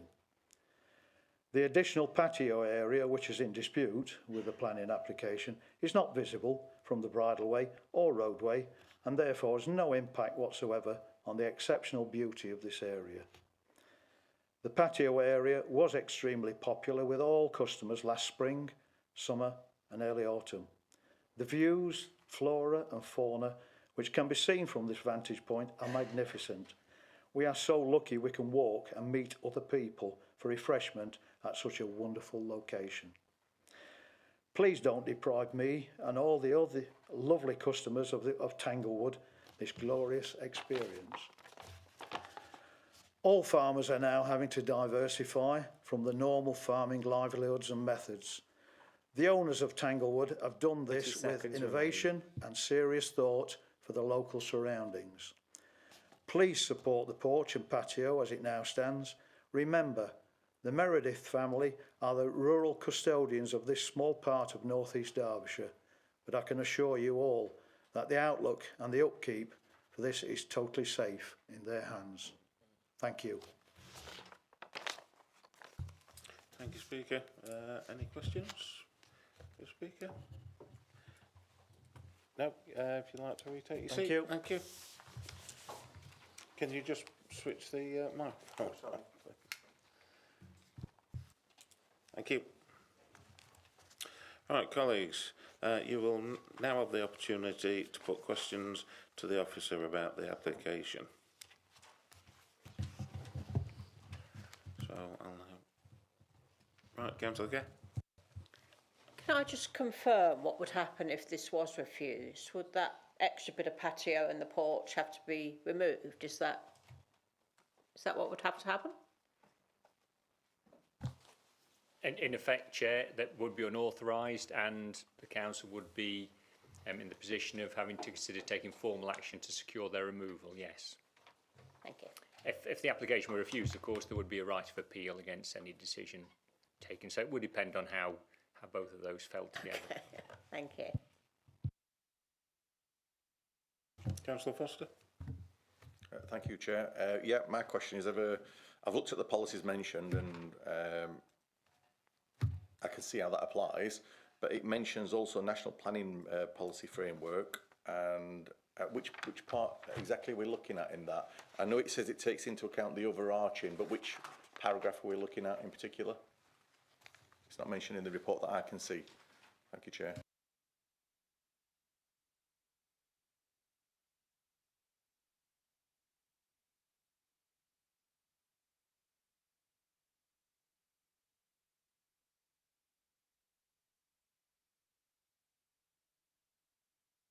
There's the overarching policies there's paragraph 174 of the MPPF, which is in effect the protection of the intrinsic character and beauty of the countryside is where that overarching nature is. So that then comes down to policy SD3, which discussed earlier on, and policy SS9 in terms of subparagraph 2 of that policy, which talks about respecting the form, scale and character of the landscape. And again, we've had a discussion about that earlier on this afternoon.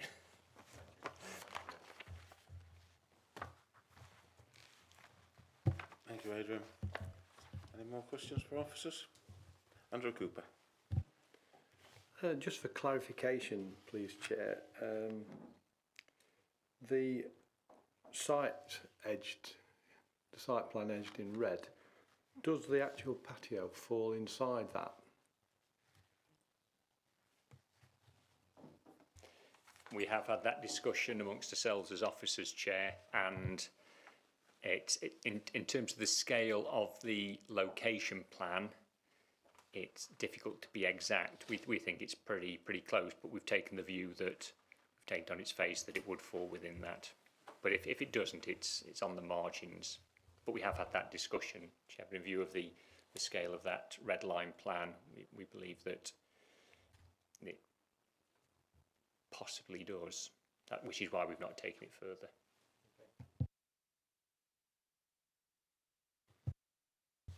Right, thank you. No more questions for officers.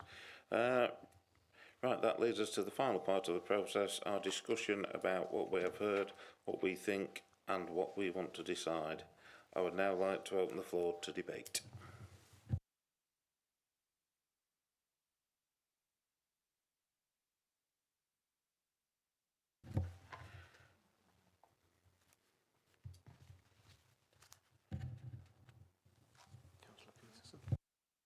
Sorry, Councillor Peterson. Guys, I haven't visited this site very often. The patio, in fact, cannot be seen from the road, and it certainly isn't that visible from the bridleway either. But considering how much it's used, you've said it won't detract, taking it away won't detract from the use. I think it might do, because that patio is usually very full, especially at weekends. And it does bring in an awful lot of people. It does bring in a lot of tourism to the area, and it does bring in a lot of people walking, which is one of the things we're trying to do. Get people out of the cars and walking. So, you know. Chair, if I may, just on that point, you've heard discussions this afternoon about the impact on the business. We've not been given evidence in respect of that issue, but just from a point of view of how we've sought to support the site as a council and as officers, we have given planning consent, first of all, for the original farm shop, which is used, as Councillor Peterson perhaps knows, for farm shop and other ancillary activities. And then we've, as a council, granted permission for the change of use of the bungalow and the patio, and subsequently sought to address the issue of the unauthorised car parking, etc. So from a point of view of the council as a whole and as officers, we've not sought to restrict the proper expansion and development of the site, and we don't have any information that if you were minded to refuse this application this afternoon, it would result in the removal of the business. That's certainly not anything that we've been provided evidence about. So we've not put weight on that. Our issue is solely related to our interpretation of your policies in respect of how the bleeding of the use further into what is currently a field open countryside would dilute the character of that area, and that's the view that we've taken as officers, Chair, and members will need to take a similar view and come to your own planning judgment on that issue. Councillor Foster and Councillor Thank you, Chair. I've got an awful lot of sympathy for the applicant and for this application, and I'm persuaded by Councillor Morley. And I can see the argument for tourism, and you know there's a book coming, but we've got a lot of policies to work against. We've had advice from officers, and as the committee knows, I don't have I'm quite minded to go against officers very often. I didn't get a smile there, but they know it's the case. And I won't say I don't have any difficulty, because you do have difficulty if you want to go against officers' recommendations. You've got to be able to support how you do that. And for me, I see a lot of policies here. There's 4 main policies, and it looks difficult. But I have got sympathy with the application, absolutely. So, part of the debate, not a recommendation, but those are my thoughts, Chair. Thank you. Thank you, Councillor Foster. Councillor Legge. A small spanner in the works. I just wondered if, because from the pictures, not what we've got in the pack, but from the pictures, I know everybody says it's not visible from the road. I've not been either, but it did look, I didn't like that concrete base or whatever it is, that grey base round the edge of the patio. I just wondered if a native hedge was planted round it and allowed to grow, obviously not to obstruct these beautiful views, but to try and blend it into the landscape more, if that would change officers' views. Thank you, Councillor. Councillor Gare? Or do you want to reply to that? I don't think fundamentally it would change the view on the principle of it, Chair, but it clearly would assist in softening the hard bottom of that of the patio. And if members felt that tipped the balance, then you would need to ensure that you condition some landscaping to reflect that in a condition attached to any permission. Wouldn't alter our fundamental view of officers, Chair. As I say, we've sought to try where we can to accommodate what the applicant's wanting. It's just from a point of view of where do you draw the line between the creep of development into what is currently a countryside, and we've taken the view that what's been permitted in terms of the patio and the revised parking contains that within the area between the bungalow, the bridle way, and the farm shop and the road, and that's our judgment, Chair. But as I say, members need to, this is what you need to do, you need to make the judgment against those policies, and you either would agree with officers or you take the view that it's not harmful. So that's what you need to do this afternoon, Chair. And if you feel that that hedging or some softening tips the balance, then you would need to take that into account and condition any additional landscaping accordingly. Councillor Gare? Yeah, I do take on what the officers have said, but I suppose I was quite compelled by the thing that this makes access easier for people of limited mobility, and that does, although I haven't visited the actual property, that does sound right to me, and we should take into account that. Thank you. I have visited the site. I think it's a difficult one because it does go against many of the policies, but I also can understand and I'm sympathetic to what they are trying to achieve here. And it was, I was surprised how busy it was. To say where it is located, it was extremely busy when I visited the site. And maybe this is something where we could benefit from some landscaping to soften the impact. I'm not convinced red umbrellas is a great idea for a patio area that's in the open countryside, and maybe we could have some different coloured umbrellas to make a difference. The car parking issue definitely needed sorting out to me from when I visited. The bays weren't marked, and that would also need some condition on that to get that up to spec. But the fact that there's 15 employees, they're using local produce, it's a very difficult one to decide on, really, but I'm edging towards approving with some condition. That's where I'm coming from. Thank you.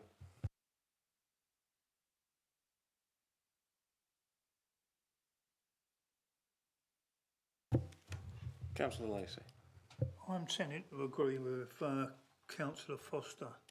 There are so many conditions, you know, that it breaches, and it raises a red flag to me. As soon as I see retrospective application, you know, you only build to the size that you should build, you know, and not, you know, it's like building a 5 metre extension and making it 6 metres and then apply for retrospective application. That's my opinion on it anyhow. Thank you. Right. Anybody else want to contribute to the debate? I'm now going to open the floor to motions. Nobody? Councillor Peterson? Yeah, can I propose that we accept this plan as it is, with conditions? I know it's retrospective, but if we accept it as a retrospective plan and accept it as it is, but put conditions on it. Conditions regarding? The car park and, as you say, some landscaping around to make it less intrusive on the landscape, and maybe change the colours of the umbrellas even. But yes, I think some conditions on it. But certainly the car park, I think, needs to be sorted fairly soon. But I think that's already in hand, isn't it? I believe there is. Yeah, just in terms of the car parking, that has been approved as a separate application, and it was one of the conditions of that. It was that a landscaping scheme needed to be submitted, and that has been submitted. So right, the car parking element has been. That's been sorted. That's yeah. fine. Yeah. Just in terms of this, the motion that Councillor Peterson has put on the table, Chair, conditions could be attached to that to address things such as Councillor Liggett's suggestion about landscaping, so that could be done. I think it would be more difficult, just thinking aloud, to control the colour of the umbrellas. I think that would be difficult to enforce. So yeah, my advice wouldn't be to put all your eggs in that basket, to come up with something that's more normally associated with planning, but to control the colours of umbrellas would be difficult, I think, Chair, to enforce. Thank you, Adrian. Right, we've got Councillor Foster. Thank you, Chair. Yeah, it just seems a bit bizarre that there's a proposal going forward, Chair, and there's no talk of policy and how it goes against policy. We normally have to do that. The question to officers. We're talking about colours of umbrellas and conditions, and we're not addressing policy at all. Am I missing something? Thank you, Chair. Just coming back to Councillor Foster on that, Chair, members need to go through the assessment as officers have done in our report, and whether it achieves the benchmark that you set for your development in the countryside policy and your impact on the countryside policy SDC 3. That is your benchmark. If you feel that it does, and there isn't an adverse impact on the countryside, and that can only be achieved by the imposition of conditions, that's when you would move to the issue of the mitigation that you would need to impose to make it acceptable. But you need to go through that assessment. As I say, Chair, as set out in the report, officers have done that, and we've concluded that the additional area of patio and the intrusion of that and the bleeding of the use south of where we believe it's contained within that area towards the roadside and the bridleway, we've taken a view that it doesn't meet that policy test, so we've not gone to that other, the next step. But if members are of the view that it does, but only with mitigation, that's where you would bring in the issue of conditions. I'm hopefully that's helpful. Thank you. Right. Well, we have a motion put forward regarding. So, just going back to policy then, Adrian. So we're looking at STC 3. You say, and whether this can be overcome by the fact the benefit to the area and the business and diversity of the farmstead can outweigh the harm to the countryside. Is that what we're looking at? That's fundamentally it, Chair. Yes, your policies seek to generally constrain development in the countryside in accordance with primarily policy SS9. Yeah. And that sets out that development will be approved in certain categories, and as officers we've concluded that it does meet one of those tests. However, when you then move on to subparagraph 2 of policy SS9 in terms of its impact on the character of the landscape, careful siting, scale, design, use of materials, officers' view is that it doesn't meet that test, and then compounded with that is your policy on landscape protection, SDC 3, which again seeks to ensure that new development is sympathetic to the character of the area in which it's located. And again, officers take the view that it doesn't achieve that policy test. But as discussed with Councillor Foster, members need to go through that same process, and you either do consider it's acceptable in terms of the form, scale and character of the development, does it fit into the landscape, and is the impact on the landscape acceptable? If it isn't, is the mitigation, and we've discussed the conditions issue with Councillor Peterson in terms of landscaping, and that may then tip the balance. If you don't agree with any of that and it's contrary to your policies, you need to weigh up whether there are any other material matters. And Councillor Gares talked about access, for example. You've talked about the employment. Whether there are any other material planning factors then come in to outweigh all that policy deficit. So that's the matter that you as members of the planning committee need to weigh and come to your conclusion on this afternoon. But that's the process, yeah. And that's what we've sought to set out in our officer report, which we always try and set out in our officer report. Right. So the motion is to accept. As I understand it, Chair, the motion is to accept, to approve the application contrary to officer recommendations, with the imposition of appropriate conditions relating to landscaping, which, and again, correct me if I'm wrong there, which you then feel would actually bring it into line with both policies SDC 9 and SDC 3. Councillor Pearson. Sorry, SS9 and SDC 3. Are you happy with that as a motion? Right, okay. Have we got a second for that motion? I'll second that, Chair. Thank you, Councillor Cheetham. Right, well, we'll put this to the vote then, please.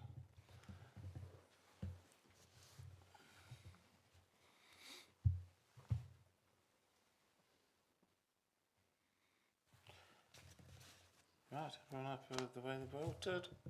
That application has been accepted. That motion has been accepted, so granted with conditions to be agreed with the officers. Yeah, if that's matter delegated himself, Chair, again, if that's acceptable to the committee. Yes, everyone okay with that? Delegate those to right, thank you.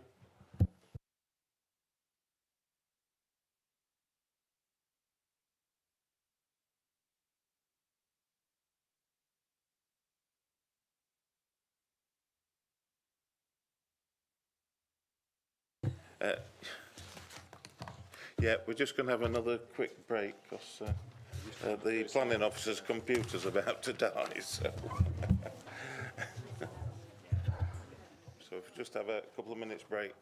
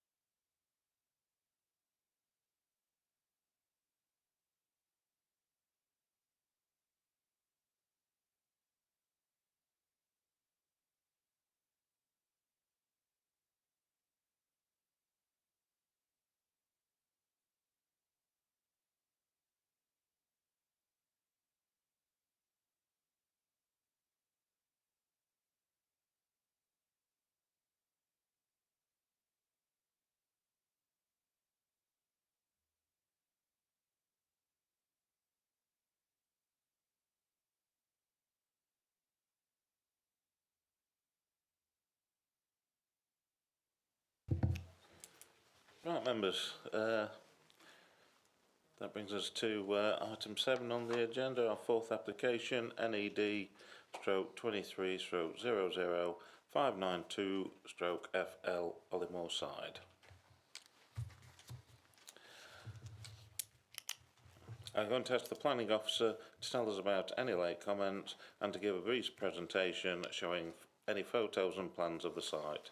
I will allow the officers to complete their presentation. Consequently, members, unless you have any point of order that you feel cannot wait, could you please reserve these or any questions about the process until the end? So now we're going to hand you over to Colin Wilson. Thank you, Chair. As you can see, the application seeks to demolish the existing dwelling and replace it with a new two-storey property. Details of the proposals will be shown in the officer presentation. In terms of late representations, they have been submitted in the form of comparative plans provided by the applicant's agent. These were included in the site visit presentation yesterday and are also included in this presentation for completeness. Moving on to the slides. Slide 1 shows the site highlighted in yellow and its predominantly rural surroundings. The site situated to the north of Harewood Road, in the green belt to the west of the settlement of Hollymore Side. Slide 2. The second slide comprises the site location and block plans, which set out the extent of the application site and its surroundings. The block plan on the right hand side of the image clearly identifies the position of the existing dwelling and its associated outbuildings within the spacious application site, the extent of which is edged in red. Moving on to slide 3. Slide 3 comprises the submitted plan detailing the footprint of the replacement dwelling, contrasted with the footprint of the existing dwelling, including how it could be extended under the property's extant permitted development rights. The proposed dwelling would occupy the area edged in blue. The existing dwelling's floor plan has been augmented with the potential permitted development extensions, which are edged in red. Moving on to the next slide. This slide comprises elevational drawings detailing the existing and proposed south-facing front elevations, which would face Harewood Road. The next slide shows the east-facing side elevations. Officers consider that this elevation is illustrative of the increased scale of the proposed building by way of an addition of a first floor.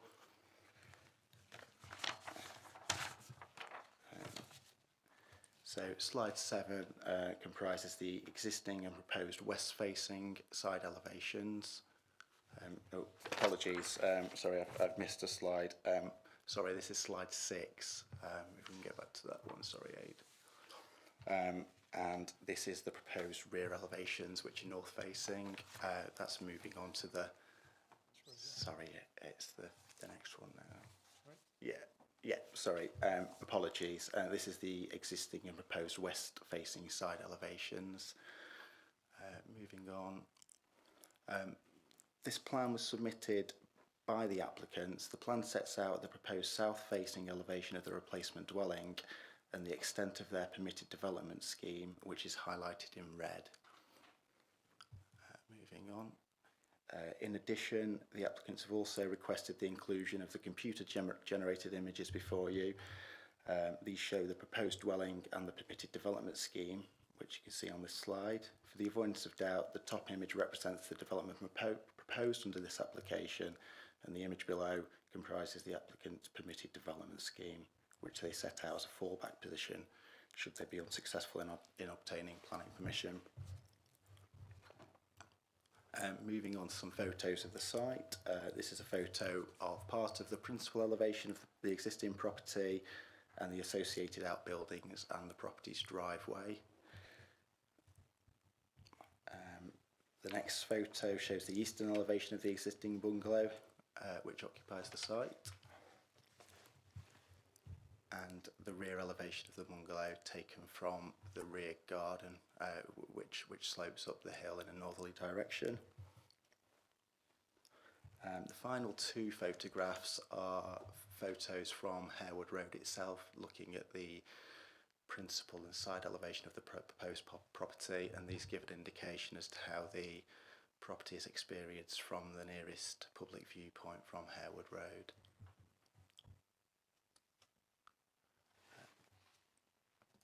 In terms of the officer's summary and conclusions, in this case the proposed development represents a replacement building that is evidently materially larger than the building that it would replace. Consequently, it is considered by officers that the proposed development does not comply with any of the identified policy exceptions to inappropriate development in the Greenbelt. Therefore, the proposed development represents an inappropriate development in the Greenbelt. It is also considered that the replacement building would result in a loss of Greenbelt openness in both spatial and visual terms. Paragraph 152 of the MPPF states that inappropriate development is, by definition, harmful to the Greenbelt and should not be approved except in very special circumstances. This sentiment is reflected in the North East Derbyshire Local Plan, namely under policy SS10, subparagraph 1. Paragraph 153 of the MPPF sets out that for very special circumstances to exist, the potential harm to the Greenbelt by reason of inappropriateness and any other harm resulting from the proposal must clearly be outweighed by other considerations. Officers are of the view that this paragraph sets a very high bar for the existence of very special circumstances.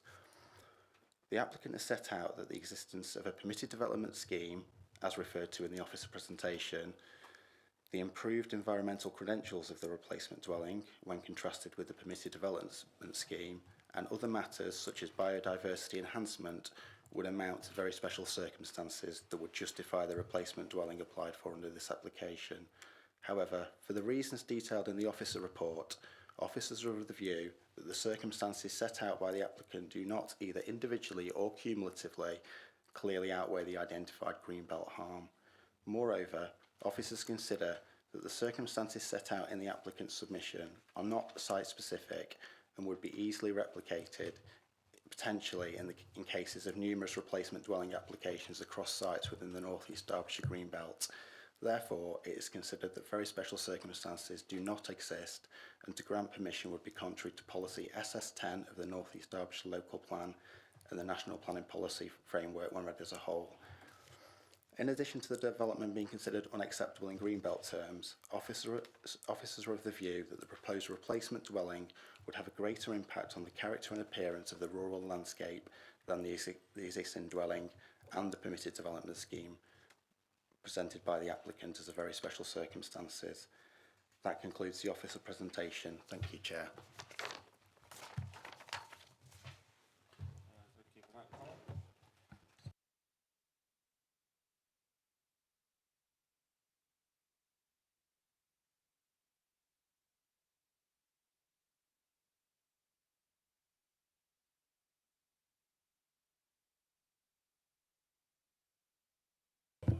You can ask her to clarify any matters raised, but remember your questions should only relate to the points which have already been made.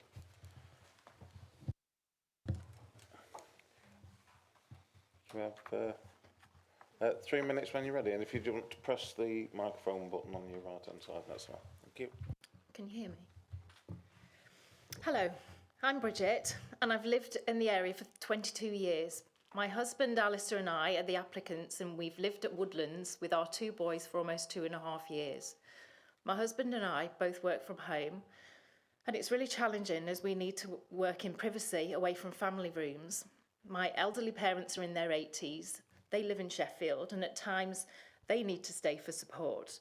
And in the near future, we need space to accommodate them permanently. Our current house is very damp. We have a dehumidifier on every day to reduce the humidity levels, which often exceed 80%. I constantly clean away black mould, which persists, and the basement floods on a regular basis. And we've provided photographs to show this. This is not a healthy living environment, particularly for my son who has asthma and has had a cough since September. These are the reasons why we instructed the architect to design a way to extend and modernise our house. The permitted development scheme would be, which would give us the space we need, would be built if we don't get approval for this replacement house. However, the PD scheme has significant compromises for us, the local area and the environment, and this is why we asked the architect to explore the potential of a replacement house instead. We think the PD scheme looks boxy and disconnected, and it would be expensive to insulate, and we would not be able to achieve anywhere near the energy efficiency of the proposed house. One issue is that the PD scheme, the conditions state that materials have to match the existing house. Therefore, if we implement the PD scheme, we've got no potential to include timber cladding or any other materials to reflect the woodland setting. We want to create our forever home, utilising latest building techniques, producing a super energy efficient home that's got flexible spaces to accommodate our family and our work needs, and a home that will stand the test of time, having a low impact on the environment. We believe this proposed development is superior in every way to the permitted development design and more aligned to the neighbourhood plan. Our only neighbour is fully supportive, and they've confirmed this already to the council. Our proposed replacement dwelling is smaller than the permitted development scheme. We believe it's visually better, it's environmentally superior, it's far more sustainable and will cost us less to build. It's less intrusive on the landscape and more in keeping with the beautiful woodland site, and it will enhance the appearance of Hollymore Side compared with both the existing property and the permitted development boxy design. We ask please to support us by approving our application. Thank you. Thank you. Members have any questions for the speaker?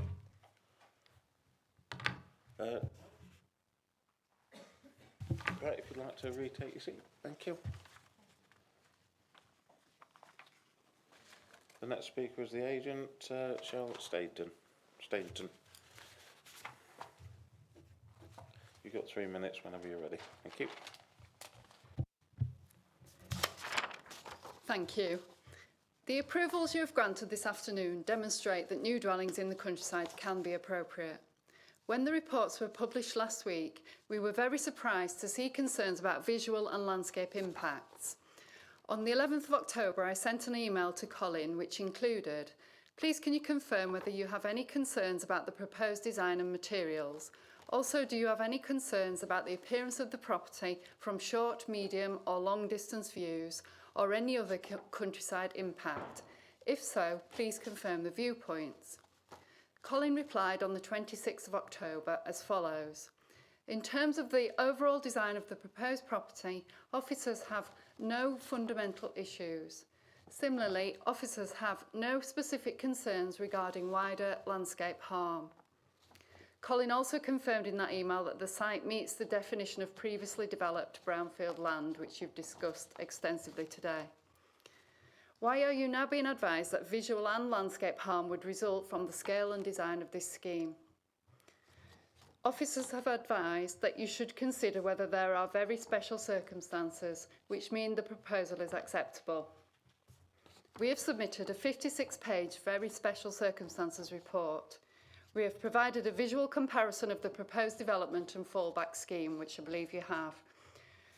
The energy consultant report shows that even once retrofitted with as much insulation as possible, the existing dwelling would have heat demand, electricity demand and energy costs which are almost 5 times greater than for the proposed replacement dwelling. Why haven't officers provided you with these figures? We feel the environmental benefits of the replacement house have been significantly underplayed. All the evidence provided is specific to the design of this particular project.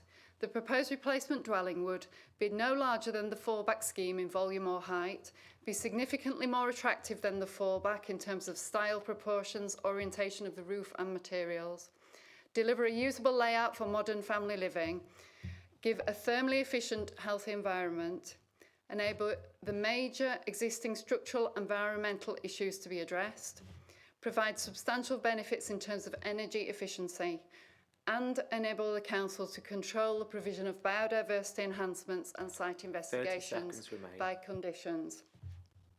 As such, the replacement dwelling is significantly preferable in terms of massing and visual impact, sustainable construction and healthy living, and energy efficiency. We truly believe the replacement dwelling is a significantly more desirable scheme than extending the existing bungalow. For these reasons, the very special circumstances clearly outweigh the Greenbelt policy harm alleged. We ask you please to support the scheme. Thank you. Thank you. Any questions? Councillor Foster?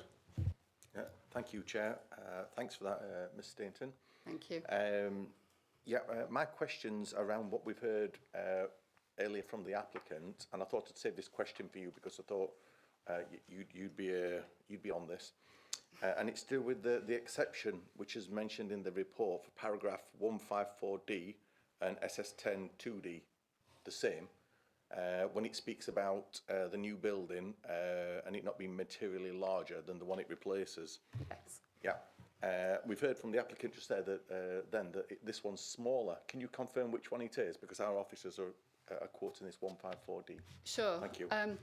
We've got three sort of scenarios we're asking you to consider. We've got the existing bungalow, which is a single-storey bungalow. We've got the approved permitted development scheme, which is the bottom one on those images that you've been provided with. And then we've got the current proposal for the replacement dwelling. So what we're asking you to do is a comparison of the permitted development scheme, which the applicants will implement if they're not successful with this current proposal, and compare it with the proposed replacement dwelling. The proposed replacement dwelling is smaller in volume and height than the permitted development scheme. We also think it's more attractive.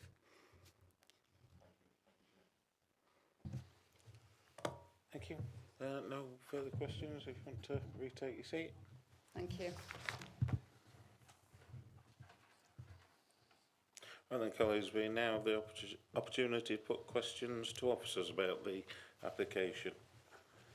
Do we have any questions for officers?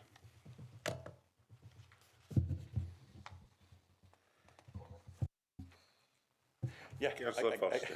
I guess it's the same question to officers because we've been asked to consider this as an exception 154D, and it's about the question what we're comparing with what. We've heard from the applicant's agent. Would you like to explain it to us? Yeah, I can try and answer that for you, Councillor Foster. In terms of the starting point with Greenbelt, we're looking at the closed list of exceptions, as you've correctly identified. So in this instance, there is an exception that allows for the replacement of a building on the proviso that replacement building is not materially larger than the one it replaces.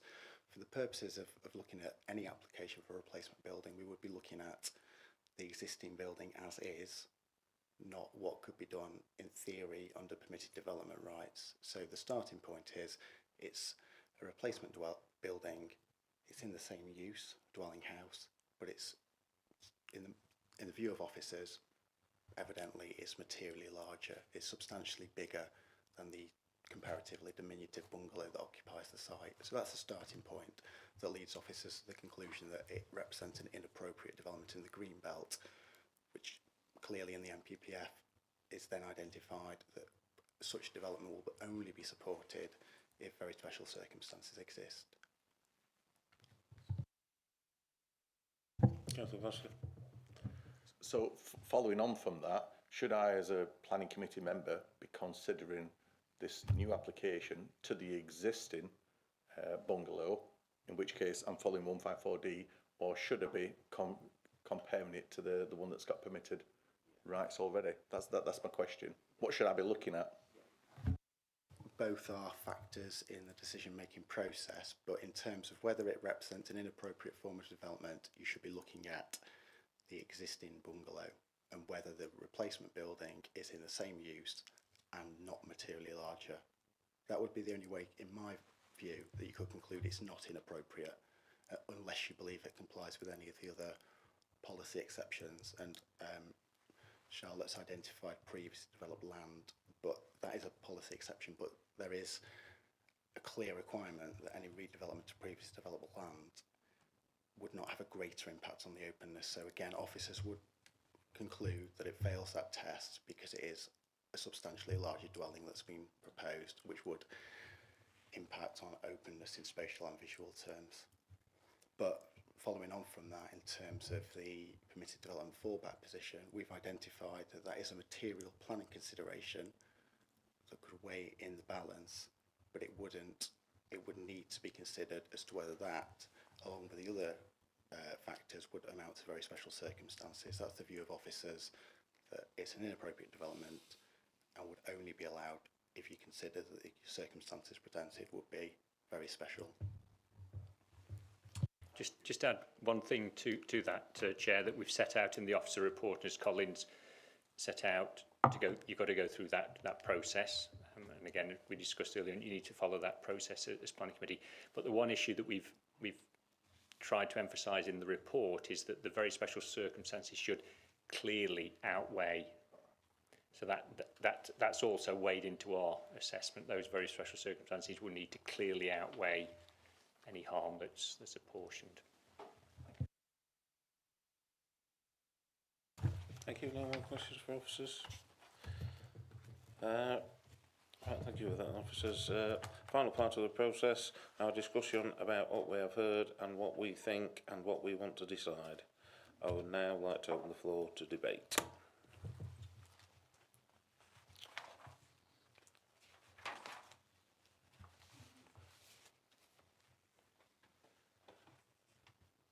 No debate? Okay. So thanks, colleagues. Having heard everything and read everything today and the officer recommendation before us, what is the view of the committee on the application? I am now opening the floor to motions.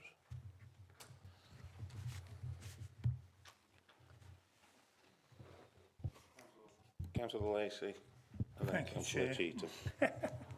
Cheetham. Yeah, I want to move that we go with officer recommendations. I'll second that, Chair. Is that what you wanted to come in and say? Right. Okay. Before we move to the vote, we'll get the clerk to read it out so we are clear on what we're voting on. Pretty straightforward there, Chair. Yeah. That officer recommendations as set out in the report be approved. Right, we'll put that to the vote.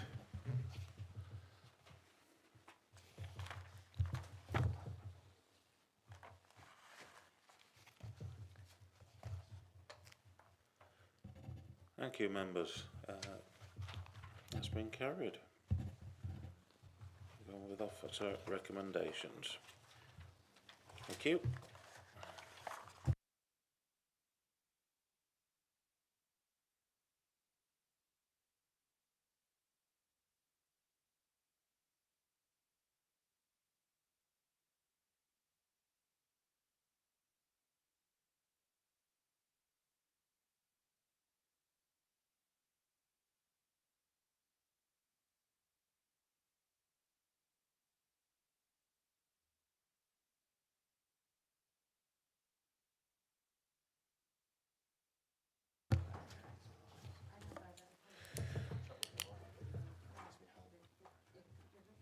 Right then, members, we'll move on to the fifth application, NED/24/007/8 Claycross. I'm going to hand you over to the planning officer about to give any late comments and to give a brief presentation showing photos and plans of the site. I will allow the officers to complete their presentation. Consequently, members, unless you have a point of order that you feel cannot wait, could you please reserve these or any questions about the process until the end? So now I'm handing over to Graham Cooper. Thanks, Chair.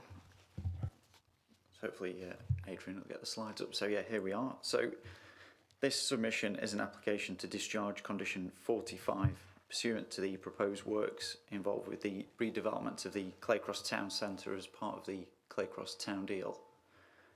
So condition 45 was requested by members during the determination of the Claycross Town Deal application as being necessary to understand the works required within the highway to accommodate the proposed development.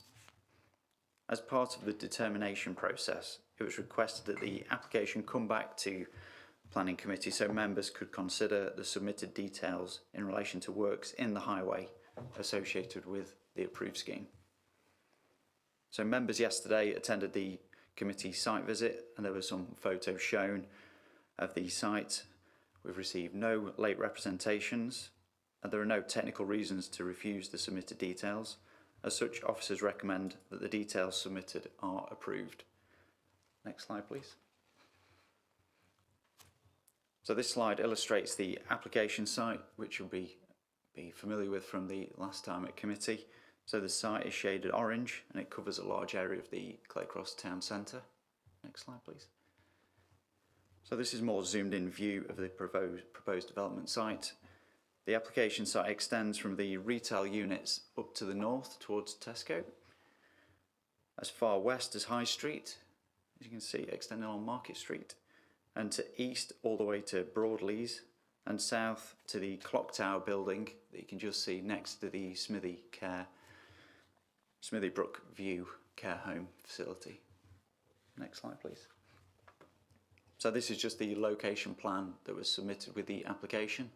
The two central buildings are the Clock Tower building and the former Dacey's building, which are going to be redeveloped as part of the Claycross Town deal. Next slide, please.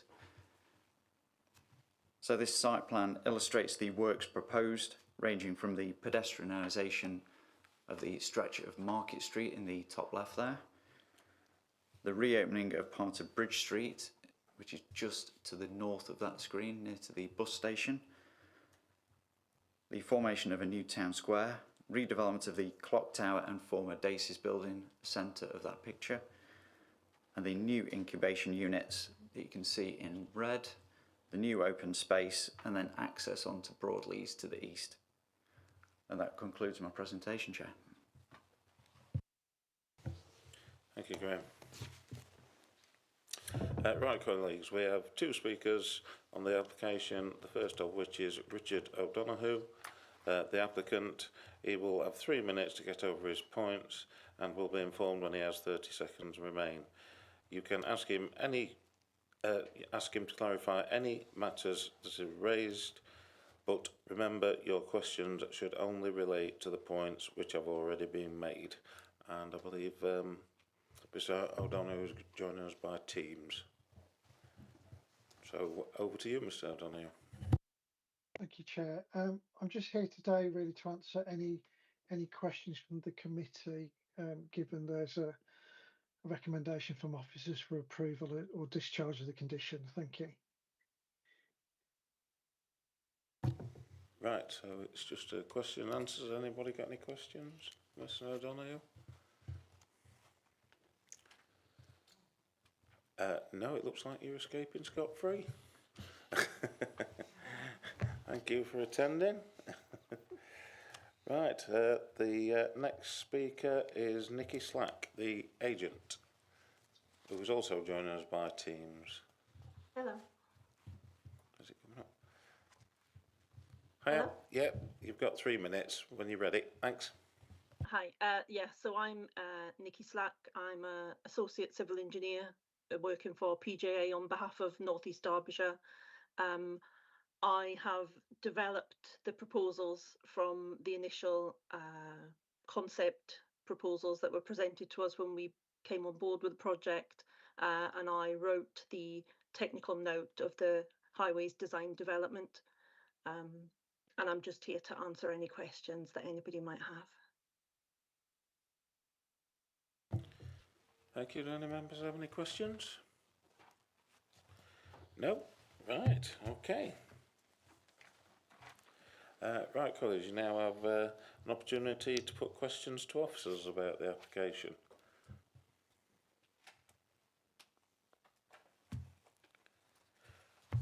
No questions for officers? Right, that's short and sweet. I'm not going to open the floor to motions. I am going to propose that we accept the discharge of conditions and put it to a vote of members. Do you want to do that by acclamation? If we'll just do that by acclamation, yeah. All those in favour? There was no one actually against that? That was unanimous, right? Yeah. Right, thank you, members.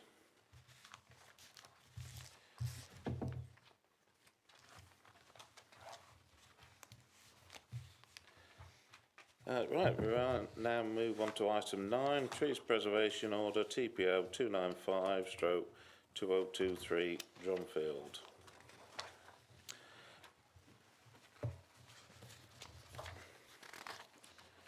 We're now going to ask the... Yeah. Oh, sorry. David will take members through this, Chair, but first of all, can I just apologise on my behalf for the poor spelling of the first slide? I apologise for that.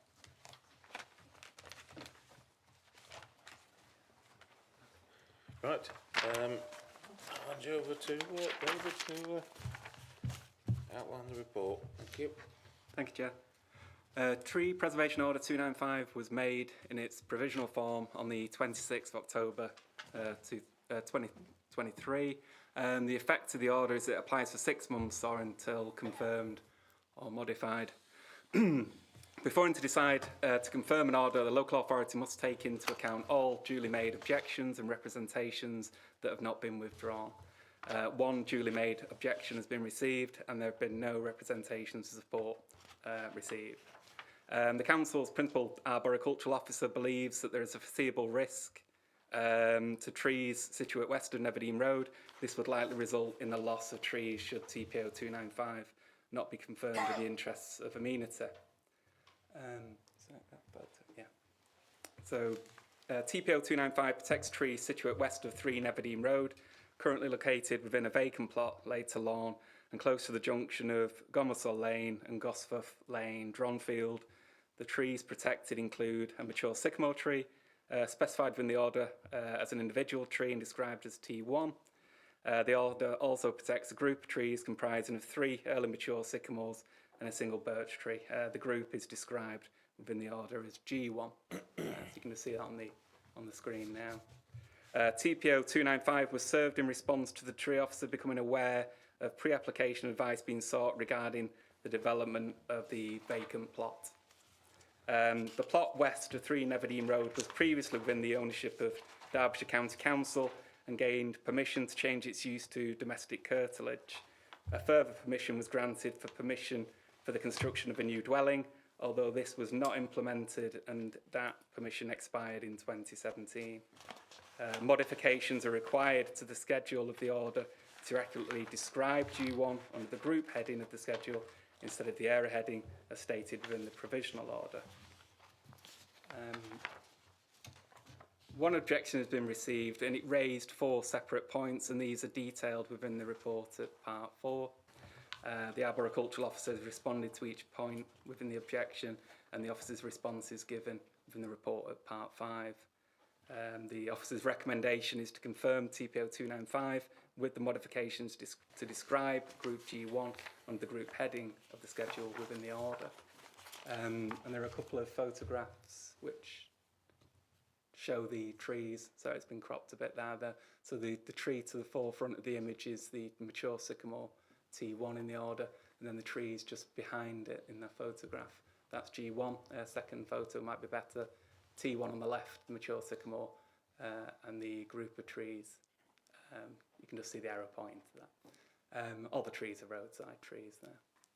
That concludes the presentation. Thank you, Chair. Thank you for that, David. Do any members have anything that they wish to ask officers on this? No?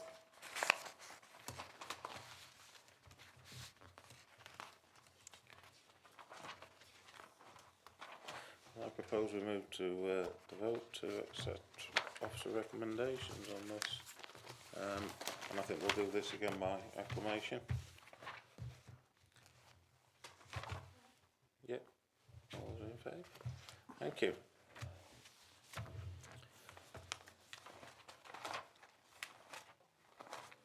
That moves us on to item 11. Planning appeals. I'll now call on planning officers to explain the next report, item 11, appeals lodged and determined. It's the normal report, Chair, that members will see that 5 appeals have been lodged in the latest period. So they keep on coming in at some pace, Chair, and do take up quite a lot of officer time in dealing with them. But notwithstanding that, there's been the one appeal that's been allowed, Chair, that members, having read that, I'm sure will be interested in the judgment of the inspector in terms of the appeal by Mr Jones. Mr Wall's an interesting appeal, Chair, in terms of the conflict and the resolution of that conflict in respect of sustainable energy provision and the protection of heritage assets, and the balance that the inspector came to in that particular case was on the side of the council. But again, it raises interesting discussion, particularly going forwards. The new MPPF has strengthened the emphasis on the provision of sustainable energy projects and how that tension will be addressed in the heritage asset case as here. So interesting. And then finally, Chair, the other appeal I just particularly draw members' attention to is the enforcement appeal, the Mr Mayfield appeal, which again makes interesting reading in terms of the high-profile case that's been locally, and members may find that interesting. Again, I'd always commend reading of the appeal decisions, Chair, to members of the committee and how officers are, how inspectors are judging applications referred to them. I'll take any questions as always, Chair. Thank you, Adrian. Do we have any questions for officers? Councillor Foster. Thank you, Chair. Thank you very much for that report. My question, you might guess which one it's about. It's the Kalo one, the 36 dwellings. Do we have any idea of costs on this at all? Any news on that? I stand to be corrected by Graham, Chair, but there was no application made for costs by the appellant. But of course, as in all cases, the council has to carry its own costs in defending the appeals, whether that be in written representations as here or further up the chain. And you obviously know some of what goes into appeals at public inquiry and informal hearing stage. So we don't get away without any costs being added, because we have to do the work to defend the case. But in this instance, no formal application of costs was made, and therefore none awarded against the council. Yeah, if you can just come back on that, Chair. Yeah, it is welcome news to hear that they didn't apply for costs, and it just shows what we can do as a committee when if we do. I know we lost this one, but when we do object, and you know, it's to know that we can put a proper case together without, you know, suffering costs. Yes, and we've had a discussion this afternoon about the thought processes that you go through and the planning judgments, providing that planning judgment is reached in a coherent and consistent fashion that takes into account all material matters, then the council should be insulated against cost claims. It should be. No more questions? Right, thank you, members. Do we agree to note the report? Yeah, okay, thank you. Right, as I have no matters of urgent business, I now bring the meeting to an end. Thank you very much for your attendance.